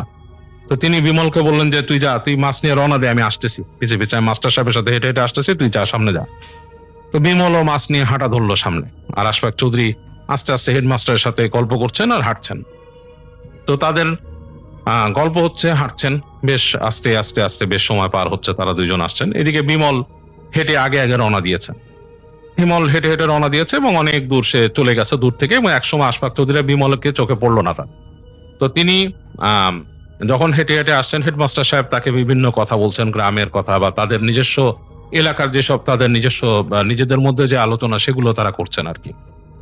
এভাবে হেঁটে হেঁটে তারা সামনে যাচ্ছেন। বিমলও অনেক দূরে চলে গেল এবং দূর পর্যন্ত কিছু দেখা যাচ্ছে না। এদিকে যেটা হয়েছে, বাসায় আশফাক চৌধুরীর স্ত্রী যিনি রাহেলা বেগম, তিনি রান্না বাড়ার তো তিনি তৈরি করেছিলেন, সবকিছু তৈরি করে তিনি বসেছিলেন। সারাদিন তার স্বামী কিছুই আনতে পারেননি, মাছ বা কিছু। তিনি প্রচন্ড রেগে আছেন, তিনি নিজেও রান্না করেননি, নিজে খানুনি কিছু খাননি, সেই স্বামীর মতোই কিছু মুড়ি তিনি চাবিয়েছেন এবং তার প্রচন্ড রাগ। এই অবস্থায় তিনি বসে আছেন। তো হঠাৎ করে তিনি দেখলেন যে উঠানের এই মাথা দিয়ে গভীর রাতে, তখন রাত এরকম 9টা 10টা বেজে গেছে, এরকম সময় সেই বিমল ঢুকলো। তো বিমল ঢোকার সাথে সাথেই তিনি বিমলের দিকে তাকালেন, তাকায় বললেন যে, কিরে, তোদের ঢঙের মাছ পেয়েছিস? বলে, জি, নিয়ে আসছি। বলে বিমল দেখলো বেশ গম্ভীর, বিমল মাছ একটা নিয়ে আসে, বেশ বড় মাছ। তিনি দেখলেন দূর থেকে রাহেলা বেগম, তার কাছে বেশ বেশ বেশ ইন্টারেস্টিং লাগলো। এত বড় একটা মাছ তিনি অনেকদিন দেখেননি, এবং তার মানে এতক্ষণ যে রাগটাই অনেকটাই কমে গেল এই বড় মাছটা দেখে। তিনি মনে মনে একটু খুশি হলেন যে যাক, তার স্বামী যে জিত করে একেবারে দিন শেষে অ্যাটলিস্ট ভালো একটা কিছু এনেছে, এবং তার মনটা মানে যে রাগ উঠেছিল সেটা তার কমে গেল। যাই হোক, সেই বিমল মাছটা তাকে দিল এবং তিনি মাছ নিলেন, এবং তিনি চিন্তা করলেন তার একজন সাথে একজন হেল্পার ছিল আর কি, আর একটা মেয়ে সে কাজ করতো তার সাথে ওনাদের বাসায়, গৃহকর্মী। কিন্তু তিনি চিন্তা করলেন তাকে আর উঠাবেন না, এত বড় মাছ, সেই মেয়েটাও কাটবে কেমন জানে না। তিনি নিজেই সেটা কাটার সিদ্ধান্ত নিলেন। তিনি মাছটা নিয়ে তিনি বটি নিয়ে বসলেন। বিমলকে বললেন, তুই বসে থাক ওখানে। তো বিমল তিনি যেখানে মাছ কাটবেন, তাদের যে রান্নাঘর, তাদের রান্নাঘরটা ছিল মূল বাড়ি থেকে বাইরে, হাতের বাম দিকে একটা রান্নাঘর, এবং সেটা সেই রান্নাঘরটা আবার খুব একটা পাশ খোলা, 3 পাশ দিয়ে আটকানো, 3 পাশটা বেড়া দিয়ে আটকানো, আর উপরে ছনের ছাউনি। মানে তখনকার আমলে গ্রামের রান্নাঘরগুলো এত ওয়েল বিল্ড হতো না আর কি, এবং মাটির রান্নাঘর আর কি, মানে ফ্লোরটা মাটির। এবং তিনি বটি নিয়ে বসেছেন সেখানে, তিনি তার হ্যারিকেন জ্বালিয়ে তিনি বটি নিয়ে বসছেন রান্নাঘরের মধ্যে। রান্নাঘরটা খোলা, যেহেতু একপাশে খোলা দিকটাই বসছেন, এবং বিমল বাইরে বসেছে চৌকি নিয়ে বসে আছে, চৌকি নিয়ে একটু অন্ধকারে বিমল বসে আছে। এবং তিনি জিজ্ঞেস করছেন মাছ কাটতে কাটতে বিমলকে যে, তোর হুজুর কোথায়, তোর সাহেব কোথায়, আসে নাই কেন? বলে যে উনি মাস্টার সাহেবের সাথে আসতেছে। বিমলের কথাবার্তা খুব সংক্ষিপ্ত। তো ওনার কাছে একটু অবাক লাগলো যে বিমলের এত মন খারাপ কেন, বিমল এত চুপচাপ আছে কেন, এরকম ভাবে কথা বলছেন কেন? তো তিনি একটু অবাকই হলেন, বাট একদিক দিয়ে মনে করলেন যে হয়তো এত পথ হেঁটে আসছে বিমলের হয়তো টায়ার্ড হয়ে গেছে, এই মনে করে তিনি মাছ কাটছেন। যাই হোক, তার মাছ কাটা শেষ হলো, তিনি রান্নাঘরের পাশেই সেগুলোকে ধুলেন, পরিষ্কার করলেন, এবং পুরো টাইমটা বিমল বসে আছে ওখানে। তো তিনি অবাক হলেন যে বিমল অন্যান্য সময় কখনো এখানে বসে থাকে না, বিমল বসলেও ওখান থেকে চলে যায়। তারপর ভাবলেন হয়তো হেঁটে আসছে, ক্লান্ত হয়ে গেছে, বা ওনার কোনো সাহায্য লাগবে নাকি, হয়তো এটা চিন্তা করে বিমল বসে আছে। তো তিনি আর কিছু না বলে তিনি মাছগুলোকে পরিষ্কার করে ধুয়ে টুয়ে তারপর তার রান্নার ব্যবস্থা করলেন, চুলায় আগুন চড়ালেন। চুলায় আগুন চড়ায় তিনি মাছগুলোকে তেল দিলেন, তেল দিয়ে সেটাকে সরিষার তেল দিয়ে ভাজলেন। তো মাছ যখন ভাজছেন, বিশাল মানে মাছে অনেক তেল ছিল, বিশাল ঘ্রাণ হয়ে গেছে চারিপাশে, ইলিশ মাছের ভাজার ঘ্রাণ। তো অন্ধকার রাতে জিনিসটা, পরিবেশটা একটা অন্যরকম একটা পরিবেশ তৈরি হয়েছে। মানে চুলার মধ্যে চুলার যে আগুনটা সেটা জ্বলছে দাউ দাউ করে, সেখানে মাছ ভাজা হচ্ছে এবং ঘ্রাণ ছুটছে। তো তিনি মাছগুলো ভেজে প্রথম ভাজা দিয়ে তিনি একটা প্লেটে রেখে পাশে রাখলেন, চুলা থেকে একটু এই পাশে। ওনার মাঝখানে হচ্ছে প্লেট, ওনার এবং বিমল বসা দূরে, বিমল আর ওনার মাঝখানে হচ্ছে একটা ডেওয়ের একটা কর্নার, ওনার রান্না করার যে উঁচু জায়গাটা সেটার কর্নার, এবং ওই পাশে বিমল বসে আছে। আর মাছগুলোকে উনি ভেজে ভেজে ওই পাশে রাখছেন। তো উনি যখন ভেজে রাখছেন, হঠাৎ করে তিনি একটু ফিল করলেন, ওনার কাছে মনে হলো যে কোন একটা মানে মানুষ কাছে আসলে বোঝা যায় না। তিনি খেয়াল করে দেখেন যে বিমল গুটি গুটি মানে হামাগুড়ি দিয়ে সে প্লেটটার কাছে আসলো, এসেছে মুখ দিয়ে সরাসরি, মানে হাত দিয়ে টাচ না করে সরাসরি মুখ দিয়ে সে ভাজি মাছ কামড়ে ধরলো, এবং একটা কর্কশ করে একটা শব্দ হলো। তো তিনি অবাক হয়ে বললেন, এই বিমল তুই এটা কি করিস? তো তখনই বিমল তার দিকে মুখ তুললো। তো তিনি তাকিয়ে দেখেন বিমলের চোখের আগুনের যে আলো আর সেটা দেখছে, বিমলের চোখের মধ্যে সাদা কোনো অংশ নেই, পুরোটাই কালো, এবং বিমলের মুখ দিয়ে জিব্বা বেরিয়ে গেল, এবং জিব্বাটা সাপের মতো লকলকে জিব্বা, এবং সে সেটা দিয়ে মাছটাকে একটু কামড়ে রেখেছে, এবং জিব্বা দিয়ে বের করে জিব্বাটাকে ভিতরে ঢুকিয়ে বলল যে অনেকদিন ভাজা মাছ খাই না। এইভাবে করে বলল, এবং সে বলে পুরো প্লেটটাকে নিয়ে পেছন দিকে চলে গেল। উনি তখন রায়লা বেগম ভয়ের চোটে, মানে আকস্মিকতা এবং ভয়ে, তিনি লাফ দিয়ে পেছন দিকে চলে গেলেন রান্নাঘরে। তো রান্নাঘরে পেছন দিকে যখন তিনি লাফ দিয়ে চলে গেছেন, তখন তিনি এক সেকেন্ডে ভাবলেন যে এটা কি। তখনই, যেহেতু তিনি গ্রামের মানুষ এবং তখনকার সময় গ্রামে এই ধরনের পিশাচ এবং এগুলোর সাথে মানুষ এইসব কাহিনী এসব কিছু পরিচিত অনেক বেশি ছিল, তিনি বুঝতে পারলেন সে পিশাচ কোনো। তো তিনি হাতের কাছে খুঁজলেন, তার আশেপাশে ছিল হচ্ছে একটা দা পেলেন তিনি, তার পাশে বেড়ার মধ্যে লটকানো।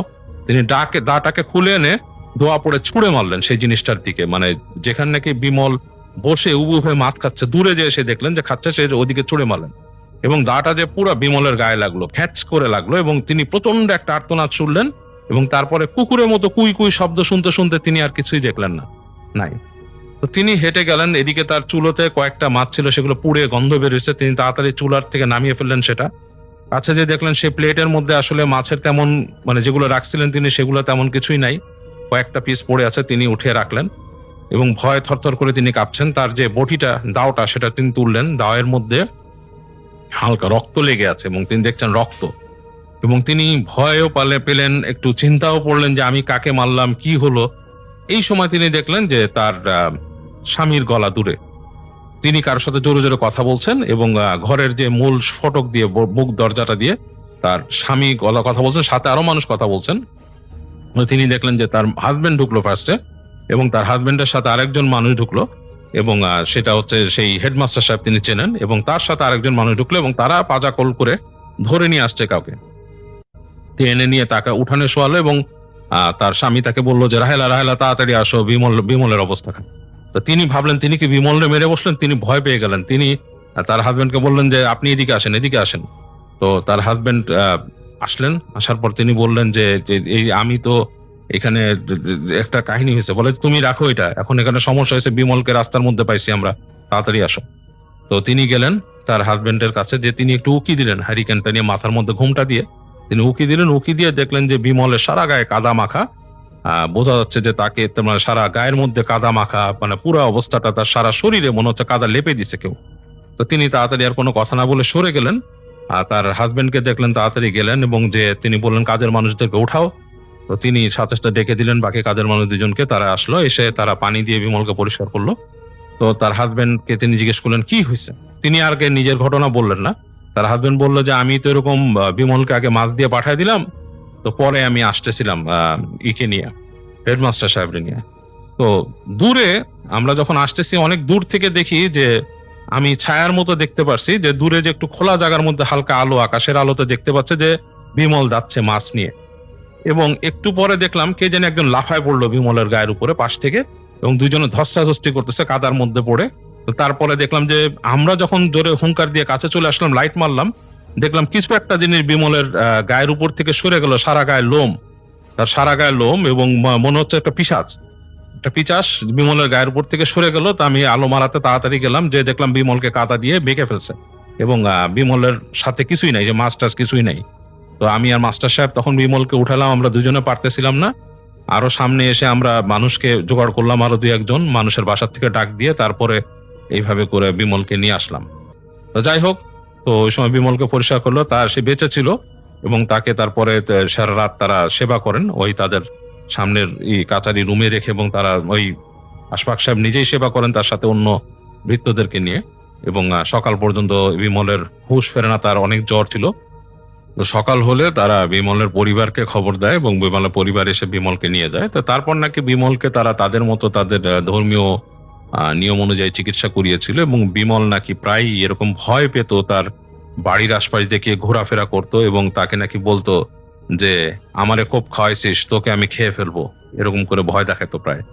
এবং এই ছিল বিমলের কাহিনী। আর রাহেলা বেগমের সাথে যেটা হয়, রাহেলা বেগম এবং আশফাক সাহেবকে রাহেলা বেগম পরে সব খুলে বলে যে রাতে কি হয়েছিল।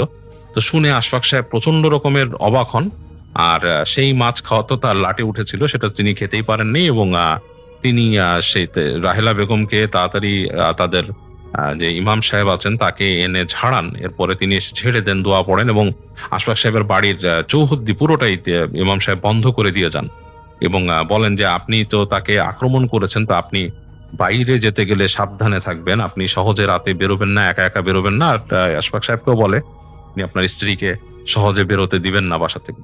তো এরপর নাকি এরকম হতো যে রাহেলা বেগম নাকি তাদের বাসা থেকে বেরিয়ে যদি গেট খুলে হঠাৎ করে তাকাতো, দূরে দেখতো তার বাসার যে মূল বাউন্ডারির বাইরে তাদের বেড়া দেয়া ছিল, বেড়া মানে এরকম বড় বড় কাঠ দিয়ে তাদের বাড়ির চারিপাশ বাধাই করা ছিল, মানে বেড়া দেওয়া ছিল। তো বেড়ার বাইরে নাকি দেখতো যে কে একজন দাঁড়িয়ে আছে এরকম। তো তিনি তাই দেখতেন। তো এর জন্য তিনি ভয় আর একা বেরোতেন না, বাসা থেকে কখনো বেরোলেই তার হাজবেন্ডকে তাড়াতাড়ি ডাক দিতেন, এবং মানে বাসা মানে তাদের বাসাগুলোতে এরকম রুম করা ছিল, তো সেখান থেকে বেরোলেই তিনি তার হাজবেন্ডকে ডেকে নিয়ে বেরোতেন। সন্ধ্যার পর একা একা কোথাও যেতেন না, তিনি ভয় পেতেন। তো যাই হোক, এটাই ছিল মেহেদীর শেয়ার করা মাছ পিশাচের একটি কাহিনী, তার বড় নানার সাথে ঘটে যাওয়া। তো আমি ঘটনাতে চলে যাই। জি। ঘটনাটা আমার ভাইয়ার বিয়ে হয় 2005 সালে। তো ঘটনাটা হয় 6 সালের দিকে।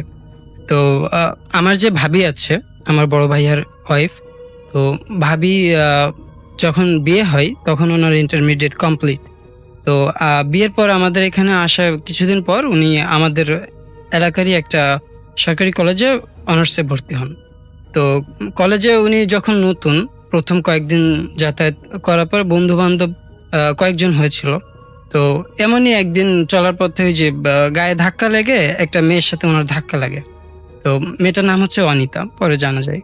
তো ওই মেয়েটা আসলে কেমন বড় লোকের অনেক বখাটে মেয়ে থাকে এমন, তো একটু অনেক খারাপ মেজাজ দেখায় ভাবির সাথে। ভাবিও তো ছাড় দেওয়ার পাত্র না, উনিও ওনার মতো বকাঝকা করে। তো আশেপাশে যারা ছিল ওরা ওখানেই বিষয়টা মিটিয়ে দেয়। তো পরবর্তীতে আবার আমার ভাবির যে বান্ধবীরা ছিল, তো বান্ধবীরা বলে যে আসলে মেয়েটা ভালো না, তোমার হয়তোবা ওর সাথে ঝগড়া করাটা ঠিক হয় নাই। তো ভাবি বলে যে যা হওয়ার হবে, দেখা যাবে। তো এই বলে ভাবি চলে আসে। তো এর সপ্তাহখানেক পরের কথা, ভাবির সাথে আর কি ওই মেয়েটার একটু আন্ডারস্ট্যান্ডিং হয় বন্ধু বান্ধবদের কারণে, একসাথে আড্ডা দেওয়ার সময়। তো সবকিছু ভুলে যখন সম্পর্কটা ভালো চলছিল, ভালো একটা বন্ধুত্ব, ফোন দিয়ে একসাথে কে কোথায় যায়, কে কোথায় কি করে সবকিছু জানাজানি হচ্ছে। তো এমনই একদিন ভাবি কলেজে গিয়েছে।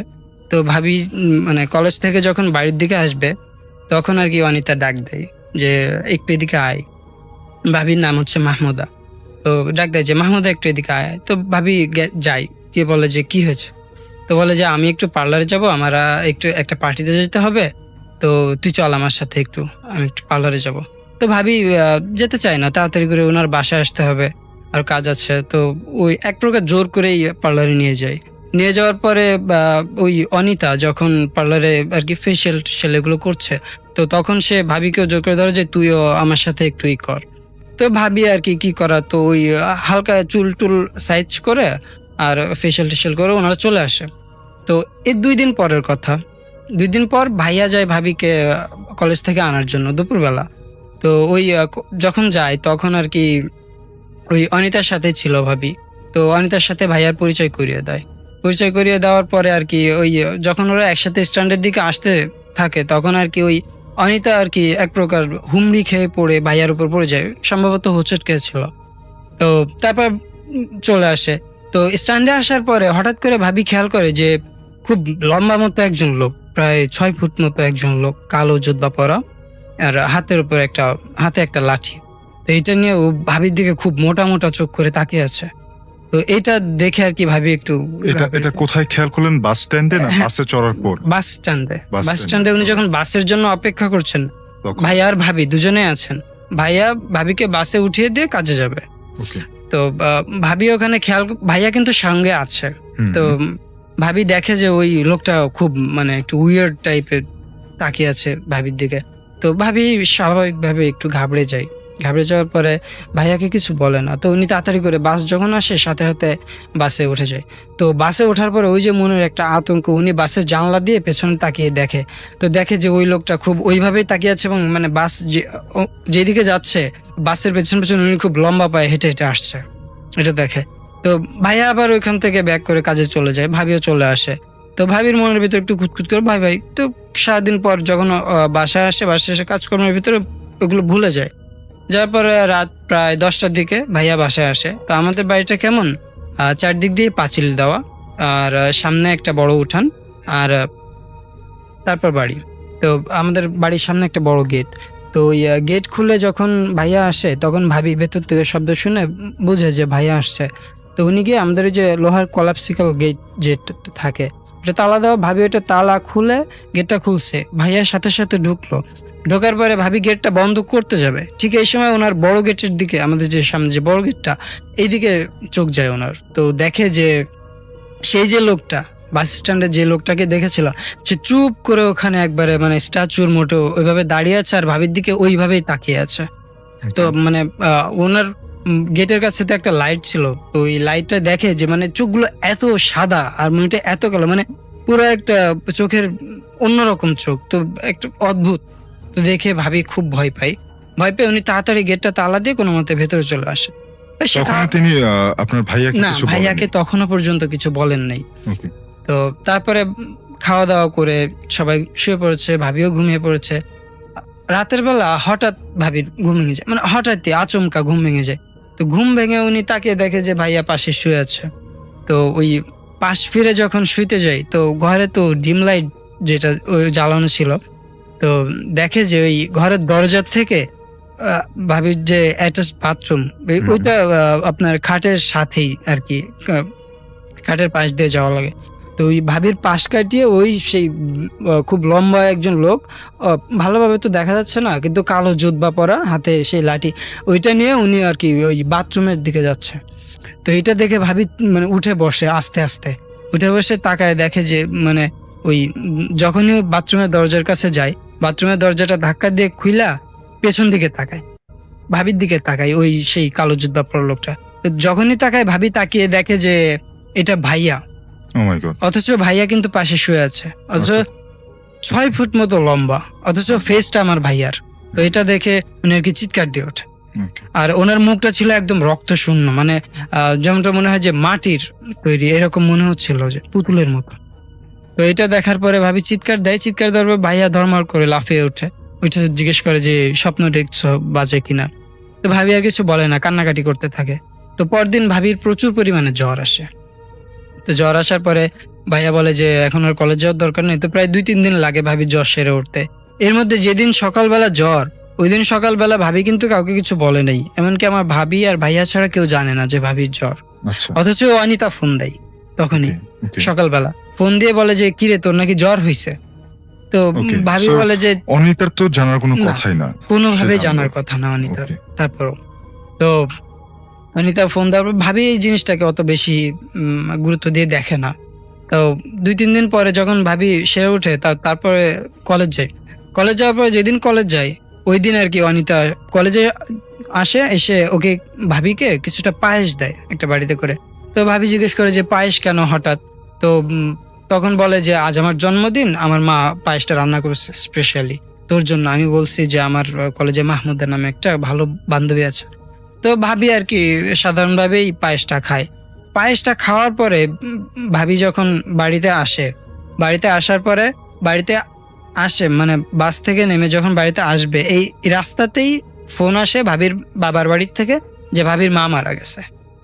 কিভাবে? তো হঠাৎ করেই স্ট্রোক করে, বা উঠান দিয়ে হেঁটে যাচ্ছিল বাড়ির দিকে, হঠাৎ করে স্ট্রোক করে ওখানে উঠানে পড়ে গেছে, ওখানেই মারা গেছে, স্পট ডেথ।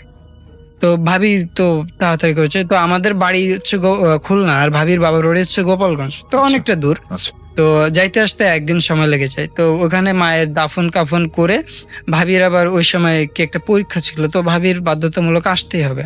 তো ভাবি চলে আসে। ভাবি চলে আসার পরে ওই এত কিছু হয়ে গেল, যাওয়ার পরে ওনার তো মন মানসিকতা তেমন একটা ভালো না, ওনার পড়াশোনার দিকেও মন নাই, বাড়ির কাজের দিকেও মন নাই। তো এভাবে চলার পরে প্রায় 2-3 দিন চলে যায়। ভাবির মা আগে মারা গেছে, 2-3 দিন চলে যাওয়ার পরে ভাবি পরের দিন কলেজ যাই।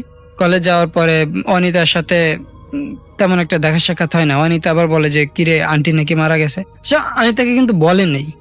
অথচ কলেজ যাওয়ার পরে অনিতা ওরে ভাবিরে জিজ্ঞেস করতেছে যে আন্টি নাকি মারা গেছে, এটা ওর জানার কথা ছিল না। তো তখনই আর কি ভাবির সন্দেহ হয়, কারণ ওই যে প্রথমে একটা শত্রুতা ছিল, সবাই বলেছিল যে মেয়েটা ভালো না, তোমার ওর সাথে ঝগড়া করা ভালো হয়নি। তো ভাবি কলেজ থেকে ফিরে এসে শুনে যে ভাইয়া অ্যাক্সিডেন্ট করছে, ভাইয়ার মাথায় অনেকটা কেটে গেছে। তো ভাইয়ার যখন পরে জিজ্ঞেস করে যে অ্যাক্সিডেন্টটা হইলো কিভাবে, তো আমাদের এদিকে তো ভ্যান গাড়ি চলে, তো ওই ভ্যানে করে ভাইয়া কিছু জিনিসপত্র নিয়ে আসছিল। তো একটা মোড় ঘুরছে, ঘোরার পরে ভাইয়া বলছে যে আমি মোড়টা ঘোরার পরেই দেখলাম যে মোড়ের একবারে কোনায় লম্বা জুব্বা পরা, কালো জুব্বা পরা একজন লোক দাঁড়ায় আছে। আমার ধাস করে, ভ্যান তো আবার খুব বেশি গতিতে চলতে পারে না, সাধারণ আস্তে আস্তে। তো ভাইয়ার টান মেরে রাস্তা থেকে ফালাই দিল নিচে। ওই জুব্বা পরা লোক, ওই জুব্বা পরা লোকটা পড়ে গিয়ে ভাইয়া যখন ব্যথা ট্যাথা পেয়ে যখন হাতের দিকে মাথার দিকে দেখে যে রক্ত বেরোচ্ছে, তখন তাকায় দেখে যে ওইখানে কেউ নাই, ওই সে কালো জুব্বা পরা লোকটা নাই। তো এরপরে এত কিছু হয়ে গেল, তখন ভাবি তো ভাবতেছে যে এতগুলো ঘটনা এত কোনো কোইন্সিডেন্স হতে পারে না। হ্যাঁ, ভাবিকে কেন্দ্রিক। তো ভাবি তখন কি করে, ভাইয়াকে ঘটনাটা বলে যে জানো আসলে ব্যাপারটা এই এত কিছু হচ্ছে, আমি ওই কালো জুব্বা পরা লোকটাকে অনেকদিন থেকেই দেখছি। আচ্ছা। তো মানে ওই যে প্রথম দিকে তার একবার মানে চুল কাটানো হয়েছিল, হ্যাঁ, পরবর্তীতে আবার আমি নিজের থেকেই বলছি, তারপরে মিষ্টি জাতীয় একটা খাবার খাওয়ানো হয়েছিল। সো দ্যাট মিনস যে আপনারা ধারণা করছেন যে ব্ল্যাক ম্যাজিক টাইপ কিছু একটা করা হয়েছিল। ধারণা বলতে এই ভাইয়াকে এই ঘটনা বলার পরে ভাইয়া আবার এটা আমাদের নামাজ শুক্রবার দিন জুম্মার নামাজ পড়তে গেছে পরে, তো ওই মসজিদের হুজুরের সাথে ব্যাপারটা বলে যে হুজুর এই ব্যাপার। তো হুজুর আর কি ওই দিন বিকালবেলা আসরের নামাজ পড়ে আমাদের বাড়িতে আসে, এসে ভাবির সাথে কথা বলে। তো ভাবিরে এসে অনেক কিছু জিজ্ঞেস করে, যে বিভিন্ন বিষয় জিজ্ঞেস করার পরে শেষের দিকে গিয়ে বলে যে মানে কোনো জায়গায় উনি আসলে কোনো ক্লু খুঁজে পাচ্ছেন না যে আসলে ঘটনাগুলো কারণ করতে পারে। তো জিজ্ঞেস করে যে মা তুমি চুল আঁচড়িয়ে চুলগুলো কোথায় রাখো? তো বলে যে আমার ঘরে এখানে। তো দেখা দেয় যে ঘরের এক কোণে একটা পলিথিনের ভেতরে চুল রাখা। তো বলে যে তুমি কি লাস্ট কয়েকদিনের মধ্যে তুমি কি পার্লারে গিয়ে চুল টুল কাটো? এভাবে উনি সাধারণভাবে জিজ্ঞেস করে যে মেয়েরা তো পার্লারে গিয়ে চুল কাটে, তুমি কি চুল কাটছো? তো বলে যে হ্যাঁ, আমার একটা বান্ধবীর সাথে আমি গিয়ে চুল কেটেছিলাম। তো বলে যে তাহলে তুমি এক কাজ করো, আমি এখন তোমার একটা তাবিজ দিচ্ছি, তুমি আপাতত এই তাবিজটা রাখো। তুমি আজকে আমি আসলাম, আমি আবার কালকে আসরের পরে একবার আসবো, যদি এসে তারপরে আমি তোমাকে বাদবাকিটা বলবো। তো ওই একটা তাবিজ দিয়ে যায় ভাবির গলায় আর কি, ওটা ঝুলিয়ে রাখে। তো পরদিন আবার ওই হুজুরটা, ওই দিন ওর পরে আর কিছু হয় নাই। তারপরে শনিবার দিন কলেজ গেছে, কলেজ থেকে আসছে, কিছু হয়নি, নর্মালি সবকিছু। আর ভাবির শরীরটাও একটু ভালো। আর ওই আসরের পর যখন হুজুর আসছে, তখন হুজুরে জিজ্ঞেস করে যে এখন পর্যন্ত কোনো, তো ভাবি বলে যে না হুজুর, এখনো পর্যন্ত তো তেমন কিছু হয়নি। কয় যতটুকু আমি বলতে পারি, ওই যে চুল যে তুমি কাটছিলা আর তারপরে যে তোমার পায়েস খাওয়ানো হয়েছিল, তো এটাতেই তোমার এই হিন্দু বান্ধবী তো, ওদের আবার যে তান্ত্রিক থাকে, ওই হুম। তান্ত্রিকরা আর কি কিছু একটা ব্ল্যাক ম্যাজিক করে ভাবির উপরে এসে, এবং ওই হুজুর বলছিল যে মা তুমি যদি তোমার স্বামীরে আরো দেরি করে জানাইতা, দেখা গেছে যে 1 সপ্তাহ বা 1 মাস পরে যদি জানাইতা, এমনও হতে পারতো যে আজকে তোমার হাজবেন্ডরে টান দিয়ে ভ্যান থেকে ফালাই দিয়ে মাথা কেটে গেছে, এমনও হতে পারতো তোমার হাজবেন্ডের রাস্তায় অ্যাক্সিডেন্ট করে মারাও যেতে পারতো। Oh my God. তো ভাইয়া এরপরে আর কিছু হয়নি। তো এটাই ছিল আমার ঘটনা। ঘটনাটা ঘটে চিটংয়ের কোনো এক এলাকায়। সেখানে থাকতো শহীদুল নামের একজন ব্যক্তি। তিনি পেশায় কৃষক। কৃষক বলতে তার অনেক জমি আছে এবং অনেক জমি জমা ছাড়াও গোয়াল ঘর টাইপের অনেক কিছু আছে। তার সম্পত্তি, তার অঢেল সম্পত্তি আছে। তার এলাকায় নাম ডাকও আছে এবং এইসব থাকার কারণে তিনি বেশ পরিচিত ছিলেন এলাকায়। অনেকে তার কাছে আসতো অনেক কিছুর বিচার নিয়ে। এমনকি বিচারও তিনি করতে পারতেন অনেস্টি মেনটেন করে। কেউ কখনো আঙ্গুল তুলে তার সাথে কথা বলতে পারে নাই। তিনি এলাকায় গরিবের উপকারও করতেন এবং সব ধরনের সাহায্য সহযোগিতা করতেন। কোরবানি হলে 10টা গরু জবাই দিয়ে দিতেন। এত করে সেভাবে মানুষের জন্য তিনি হেল্প করতেন। তার একই জায়গায় 3টা বাড়ি করা ছিল। বাড়ি বলতে টিনের ঘর আর কি, বিশাল বাউন্ডারি। 2টা ছেলে থাকতো সৌদি আরব আর 1 মেয়ে বিয়ে দিয়েছেন গ্রামের বাড়ির পাশেই। তার পরিবারে 2 জন লজিং মাস্টার থাকতো। সেই লজিং মাস্টারগুলো থাকতো তার ঘরে আর পরিবারের দরকারি কিছু কাজ করে দিত ঘরে, মানে তার পাশের ঘরে থাকতো আর কি। ঘটনা 1995 সালের। চিঠি লেখাগুলাকে তখন চিঠি খুব লেখালেখি হতো। লজিং মাস্টার যারা ছিল তারা চিঠি আদান প্রদান করে দিত এবং বাড়ির টুকটাক কাজ করে দিত এবং তারা স্কুলের টিচার ছিল বিধায় বাড়িতেই ওনার বাড়িতে থাকতো। তো চেয়ারম্যান ইলেকশন তিনি একবার করেছিল, কিন্তু সেবার ফেল করার কারণে পরে আর তিনি দাঁড়ায়নি। তো গ্রাম্য পলিটিক্সেরও বিষয় আছে। তিনি মৌসুমে মৌসুমে ধান চাষ করত এবং দিন মজুর নিয়েই চাষ করত। তার রাতের বেলা করে বাড়ি ফেলার একটা বাজে অভ্যাস ছিল। তিনি হঠাৎ রাস্তার মাঝে সেদিন বুকে ব্যথা বলে বসে পড়েন। তিনি হঠাৎ দেখলেন একজন মানুষ দূর থেকে হেঁটে আসছে। গ্রামের বাড়িতে দূর থেকে কোনো মানুষ হেঁটে আসলেই বোঝা যাচ্ছে এটা কোন বাড়ির লোক, কে আসছে। তিনি বুঝতে পারছিলেন না আসলে তখন কে আসছিল। টর্চ আছে তার সাথে। তিনি জোরে জোরে চিৎকার করছেন যাতে কেউ যদি দূরে থাকে তাকে যেন হেল্প করে। তো এরকম হলে যে আসে সে দৌড়ে আসার কথা, কিন্তু ওই দূরের আলো নিয়ে যিনি আসছিলেন তিনি অনেক আস্তে আস্তে আসছে। তিনি বুক ধরে বসে আছে। তিনি জাস্ট এতটুকু দেখলেন একজন লোক কাফনের কাপড় পেঁচিয়ে তার সামনে এসে দাঁড়িয়েছে। তিনি বুকের ব্যথায় আর কিছুই মনে করতে পারছিলেন না, তবে এতটুকু মনে আছে তাকে একটা লাশের খাটিয়াতে শোয়ানো হচ্ছে। তার কেন বুক ব্যথা করছে আর তিনি কেনই বা কিছু বলতে পারছিলেন না তা তিনি বুঝতে পারেন নাই এবং একটা সময় অজ্ঞানের মতো হয়ে যায়। এরপরে আর কিছুই তার মনে নাই। তার ঘুম ভাঙে হাসপাতালের বিছানায়। তাকে ঢাকায় নিয়ে চলে আসা হয়েছে। ঢাকা মেডিকেল থেকে বলা হয় তার কোনো প্রবলেমই ধরা পড়েনি শরীরে। যেহেতু তিনি একটু মোটা এবং স্বাস্থ্যবান ছিলেন, তাকে ব্যায়াম করতে বলা হয়। ডায়াবেটিস খুব বেশি ধরা পরে আনুষঙ্গিক টেস্ট করবার পর তাকে ছেড়ে দেওয়া হয়, কারণ বুকে ধরেছিলেন তাহলে সমস্যা হতে পারতো, হার্টে প্রবলেম হতে পারতো, হার্ট অ্যাটাক করেছে কিনা। তিনি গ্রামে যান এবং পৌঁছে তাকে একটা মীমাংসা করে দিতে হবে বলে ওই বাড়িতে যেতে হবে এটা ওনাকে জানাই দেয় আর কি। এই অবস্থায় তিনি সেই বাড়িতে যান। সেই বাড়িতে ছিল তার বাড়ি থেকে 2 মাইল দূরে। পরের দিনই যায় তিনি বিচার করতে। কেসটা হচ্ছে জায়গা জমি নিয়ে। একটা সময় তর্ক শুরু হয়ে যায়। যে পক্ষ বিচার দেখেছে সেই পক্ষে একজন মহিলা ছিল। সেই মহিলার স্বামী ঢাকা থেকে গ্রামে আসার পথে অ্যাক্সিডেন্ট করে মারা যান। তার সম্পত্তি মাত্র 1 মাসের মধ্যে হরপ করে নেয় তার বড় ভাই এবং অন্য ভাইরা। সেই বিচার চাইতে তিনি বিচার করতে ডেকেছে এলাকার গণ্যমান্য ব্যক্তিদেরকে। তিনি সেখানে পৌঁছাবার পর অলরেডি সেখানে পরিস্থিতি গরম ছিল। তিনি যাওয়ার পর চিৎকার চেঁচামেচি শুরু হয়ে যায়। তিনি চুপ করে বসেছিলেন। যে মহিলা বিচার চেয়েছে সেই মহিলা ছিল অন্তঃসত্ত্বা, 6 মাসের প্রেগন্যান্ট। তো তর্কি করার এক পর্যায়ে সেই মহিলা সম্পর্কে বাজে কথা বলায় সেই মহিলা খুব অ্যাগ্রেসিভ হয়ে যায়। কিন্তু বিচার করার কথা কার, যার করার কথা তিনি চুপ করে বসেছিলেন। হঠাৎ সেই লোক, যেই লোককে জমি দখল করার ব্যাপারে যার জন্য বিচার ডাকা হয়, সেই মাছ ধরার যে ট্যাডা, সেই ট্যাডা দিয়ে মহিলার প্রেগনেন্ট অবস্থায় মহিলার পেটে ঢুকিয়ে দেয় এবং 2 বার ঢুকায়। 1 বার না 2 বার, সবার সামনে। সবাই চিৎকার করে দৌড়ে তার হাতে যে তাকে ধরতে পারেনি মহিলাটাকে, ওই ট্যাডার বাড়ি থেকে ট্যাডাটা ভেতরে যাওয়া থেকে বাঁচাতে পারেনি। সদর হাসপাতালে নিলে বাচ্চা সহ সেই মহিলাকে মৃত ঘোষণা করা হয়। পুলিশ কেস করা হয়। পুলিশ কেস হলেও প্রভাবশালী থাকবার কারণে সেই মহিলার কোনো বিচার হয় না। এমনকি সেই মহিলাকে খুন করবার দায়ে সেই লোক অবাধে ওই এলাকায় ঘুরে বেড়াচ্ছিল এবং এলাকার লোকজনও তাকে কিছু বলতে পারছিল না। সেদিন ছিল অনেক গরম। শহীদুল সাহেব অনেক টায়ার্ড হয়ে যান। দুপুরে বাড়িতে তাড়াতাড়ি যেয়ে বিশ্রাম নিতে বসেন। সেদিন আবার তিনি মাঠে ছিলেন এবং রোদের মধ্যে অনেকক্ষণ দাঁড়িয়েছিলেন। একটা ঘুম দেন। ঘুম থেকে ওঠেন রাত 1টায়। সেদিন গরমে ঘুমই আসছিল না তার ঘরের সাথেই পুকুর আছে, সেখানে রাত 1টায় তিনি একটু মুখ ধুয়ে এসে ঘাট বসে বসে বাতাস খাচ্ছিল। হালকা বাতাস ছিল তখন। তিনি আবছা চাঁদের আলোয় দেখতে পান তার ঘরের মেইন গেট দিয়ে কে যেন ঠুস করে ঢুকে গেল। তিনি দৌড়ে যান চোর মনে করে। তিনি ঘরের ভেতরে যেই ঢুকে দেখতে পান তার রুমের মধ্যে কুপি যে ছিল সে কুপিটা পড়ে আছে এবং সেটার উপর থেকে যে মানে সেটার ভিতরে যতটুকু কেরোসিন ছিল সব বের হয়ে আছে এবং বের ওই অতটুকু জায়গায় আগুন ধরে আছে। যেহেতু আগুনের মানে তাপটা কম ছিল, এক্সটেন্টটা কম ছিল, তিনি ঢুকেই সবাইকে ডাক দিয়ে তোলে এবং সেই জায়গায় এবং আগুনটাকে নিভায়।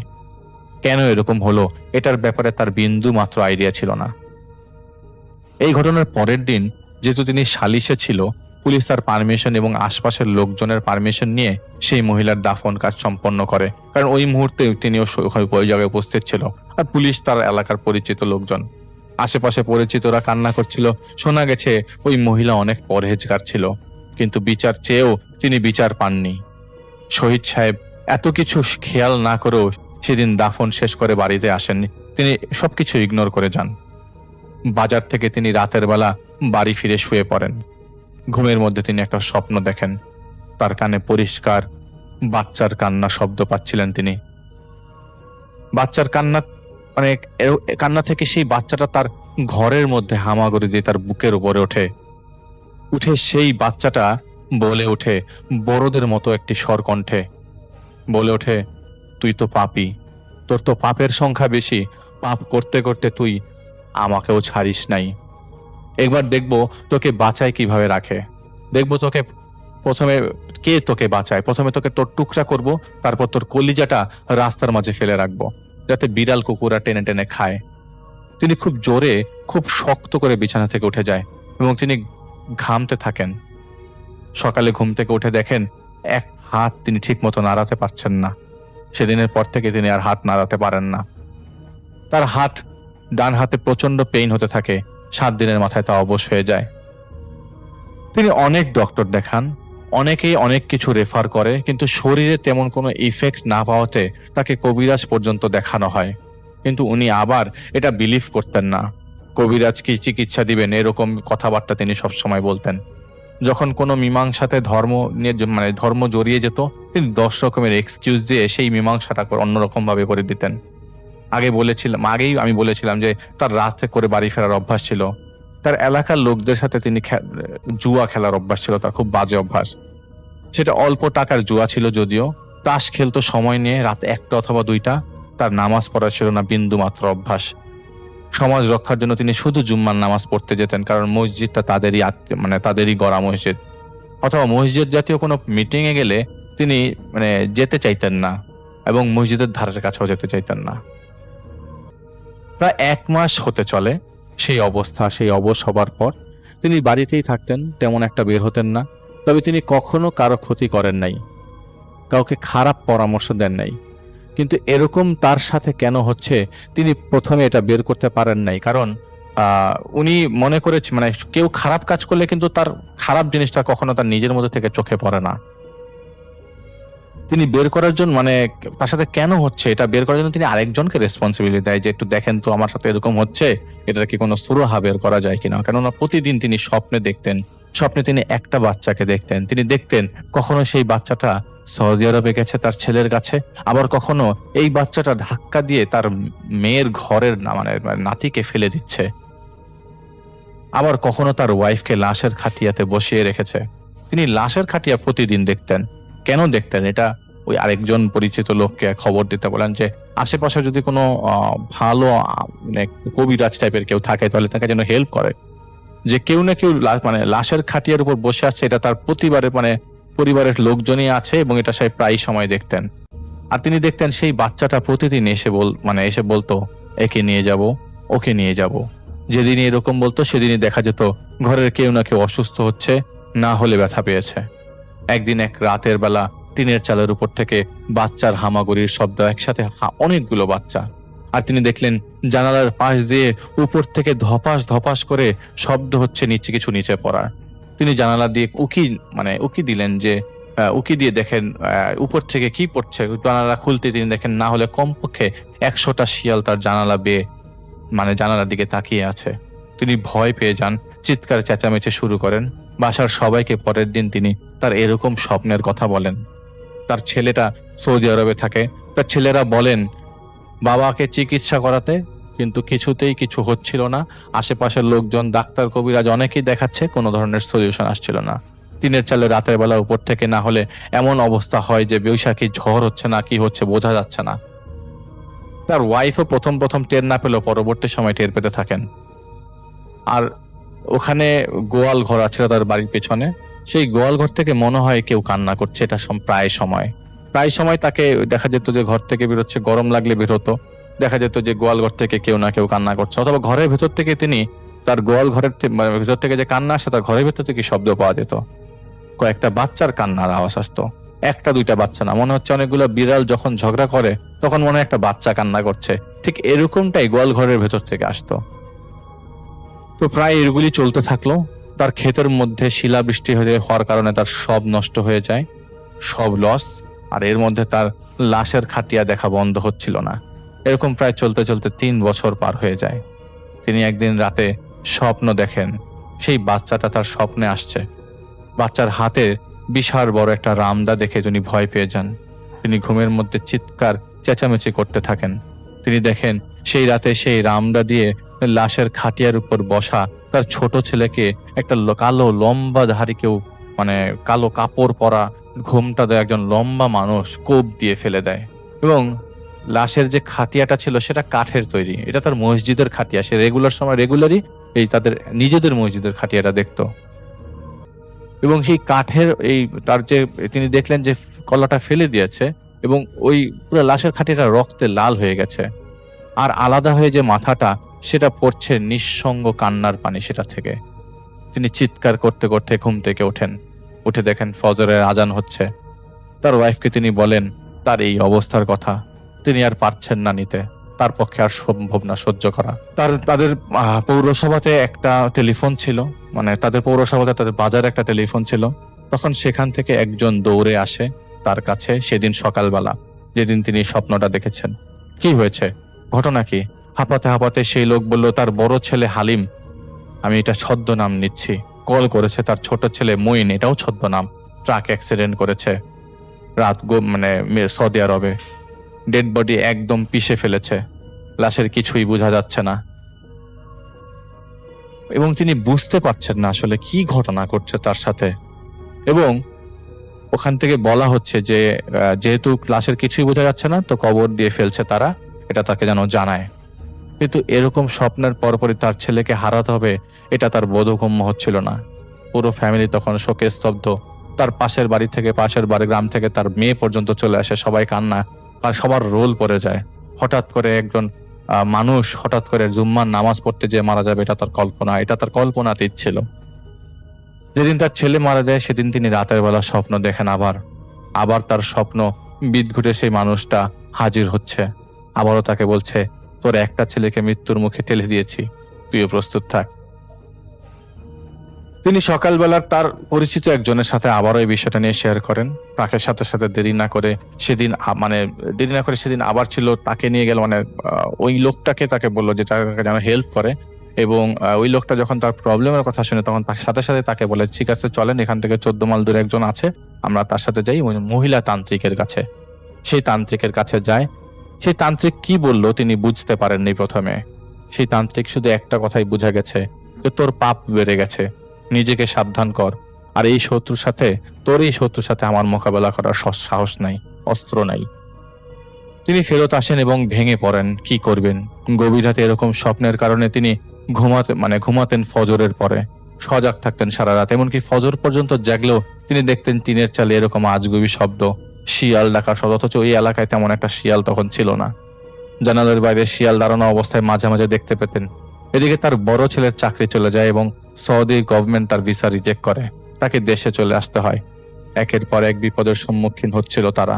তার বড় ছেলেটা বাংলাদেশে আসার পর বর্ণনা দেয় এরকম যে সেদিন শুক্রবার জুম্মার নামাজ পড়ে তারা বাসায় ফিরছিল, এমন সময় একটা ট্রাক এসে সজোরে তার ছোট ভাইয়ের উপর উঠিয়ে দেয়। কিন্তু রাস্তা পার হওয়ার সময় কোনো ট্রাকই তার কাছে ছিল না এবং ডিস্টেন্সে ছিল না।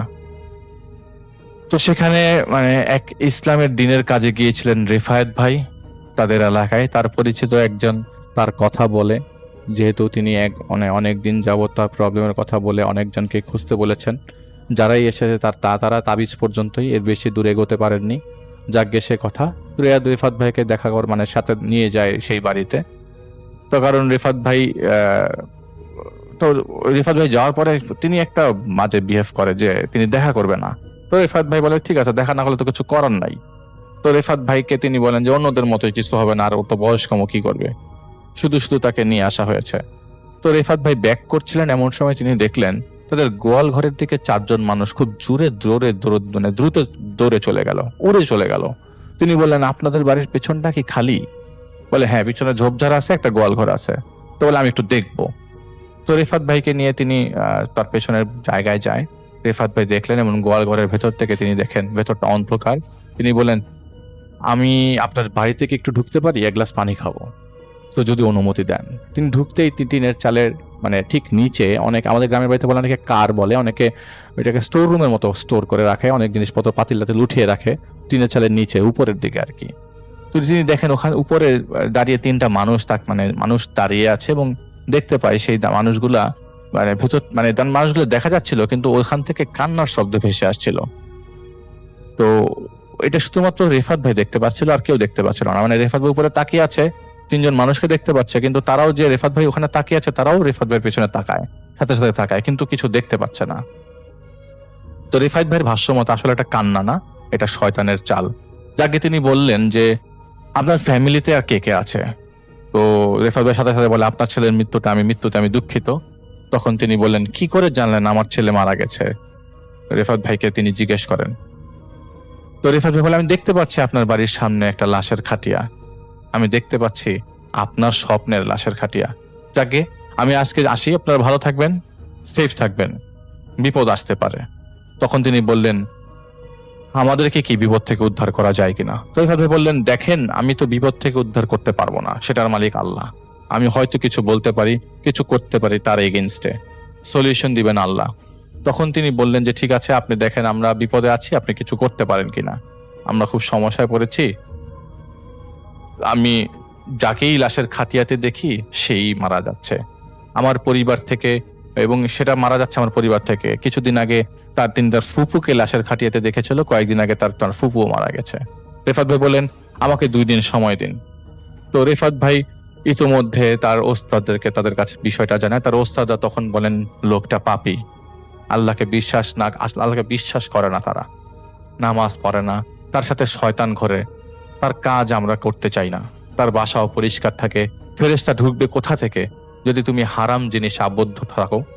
তিনি অনেক ভুল করেছেন জীবনে, তার সম্পত্তি এখন উই পোকা খাবে। তিনি চেয়েছিলেন সম্পত্তি আরো বাড়াবার, অথচ দেখো তার সম্পত্তি এখন ধ্বংসের দিকে। সম্পত্তি কোথায় চলে যাচ্ছে? তার ছেলেরাই তো তার সম্পত্তি। এক ছেলে চলে গেছে, এটা তার আত্মীয়রা করেছিল। তার ছেলেকে কোনো জিন মারেনি, তার ছেলে সাধারণ অ্যাক্সিডেন্টেই মারা গেছে, কিন্তু জিনরা সেটার সেই কারিন জিনটা তার সেটার এক্সেপশনাল কিছু কজ তিনি তুলে ধরেছে যাতে তিনি ভয় পেয়ে যান। যখন তিনি একটা একজন অন্তঃসত্ত্বা মাকে মারলো, তিনিও কোনোভাবে সে মৃত্যুর জন্য দায়ী। তখন অন্য জিনরাও তার ক্ষতি করতে চেয়ে বসেছে। সে যে মেরেছে তাকে যে মহিলাকে যে লোকটা মেরেছে, তিনি তাকে তার সিদ্ধান্ত নেওয়ার কথা ছিল তিনি তার পক্ষেই কথা বললেন, যেটা ভুল, যেটা গুনাহ। তুমি এতদিন অনেস্টি দেখিয়ে একটা জায়গায় কেন আটকে যাবে? তুমি উপকার করবে তো তুমি নিজে পাপী হয়ে যাবে। তিনি বললেন যে তুমি রিফাত ভাইকে যে তুমি যদি উপকার করো তাহলে তুমি নিজেও পাপী হয়ে যাবা। আর সেই লোকটা এমন কাজ করেছে যেটা অ্যাকসেপ্টেবল না। সেই লোক যে জুয়া খেলতো, যেই লোকের সাথে খেলতো, সেই লোকটা টাডা দিয়ে সেই মহিলাকে মেরেছে। এবং সেই লোকের কাছ থেকে, সেই লোক রেফারি মানে সেই ভাইয়ের কাছ থেকে, সেই শহীদ সাহেবের কাছ থেকে টাকা পেত দেখে আগের থেকেই তাকে বলেছে যে যেন বিচারের সালিশটা তার পক্ষে যায়। তাই তিনি চুপ করেছিলেন, এটা তার উচিত হয়নি। তো রেফারি ভাই বলেন যে উনি যদি বদলান তাও কি কিছু করা যাবে? তখন ওস্তাদরা বলেন, অভ্যাস হাজার সাবান দিয়ে ধুলেও সেটার মধ্যে থেকে কালো জিনিসটা যাবে না। এখন তুমি তাকে বলতে পারো, ইসলামের দাওয়াত দিতে পারো, যদি সে রাজি হয় এবং আল্লাহর রাস্তায় আসে তাহলে তা হয়তো বিপদ থেকে মুক্ত হতেও পারে, নাও হতে পারে, সেটার কোনো গ্যারান্টি আমি দিতে পারছি না। তো রেফাত ভাই পরবর্তী সময় তার সাথে দেখা করে এবং বলে, আপনাকে বিপদ থেকে মুক্তি দেওয়া যেতে পারে। এটা বলতে বলতে তিনি এক চিৎকার দেন, একটা চিৎকার শুনেন। পরের দিন সেই এলাকাতে রেফাত ভাই ওখানে যান এবং রেফাত ভাই যাওয়ার পর তাদের ঘরের এক পাশ ভেঙে আছে দেখেন। তো উনি ওই বাজারে ফোন দিয়েছিলেন এবং ফোন দেওয়ার পরে তিনি ওই চিৎকারটা শোনেন এবং চিৎকারটা শোনার পর তিনি ওই এলাকায় যান। রক্তাক্ত অবস্থায় বসে আছে সেই শহীদ সাহেব, হাতটা তার কেটে গেছে। তাকে আড়াল করে সব বলা হয় এবং উনি সেই অন্তঃসত্ত্বা মহিলার অভিশাপটা তার শরীরে, তার কাছে লেগে গেছে এবং এর কারণে তিনি ধ্বংসের পথে। সবার ধ্বংসের কথা জানা যায় না, সবাই সবার সাথে ভালো, কিন্তু ভেতরের অবস্থা অনেকে বলতে চায় না এবং সবসময় লুকিয়ে থাকে। পরে তাকে 40 দিন আল্লাহর রাস্তায় পাঠিয়ে দেওয়া হয়, কিন্তু এর আগে কোরআনের মাধ্যমে সেই জিনকে আনা হয় এবং আল্লাহর রাস্তায় পাঠানোর আগেই তাকে এই প্রসিজারটা নেওয়া হয়।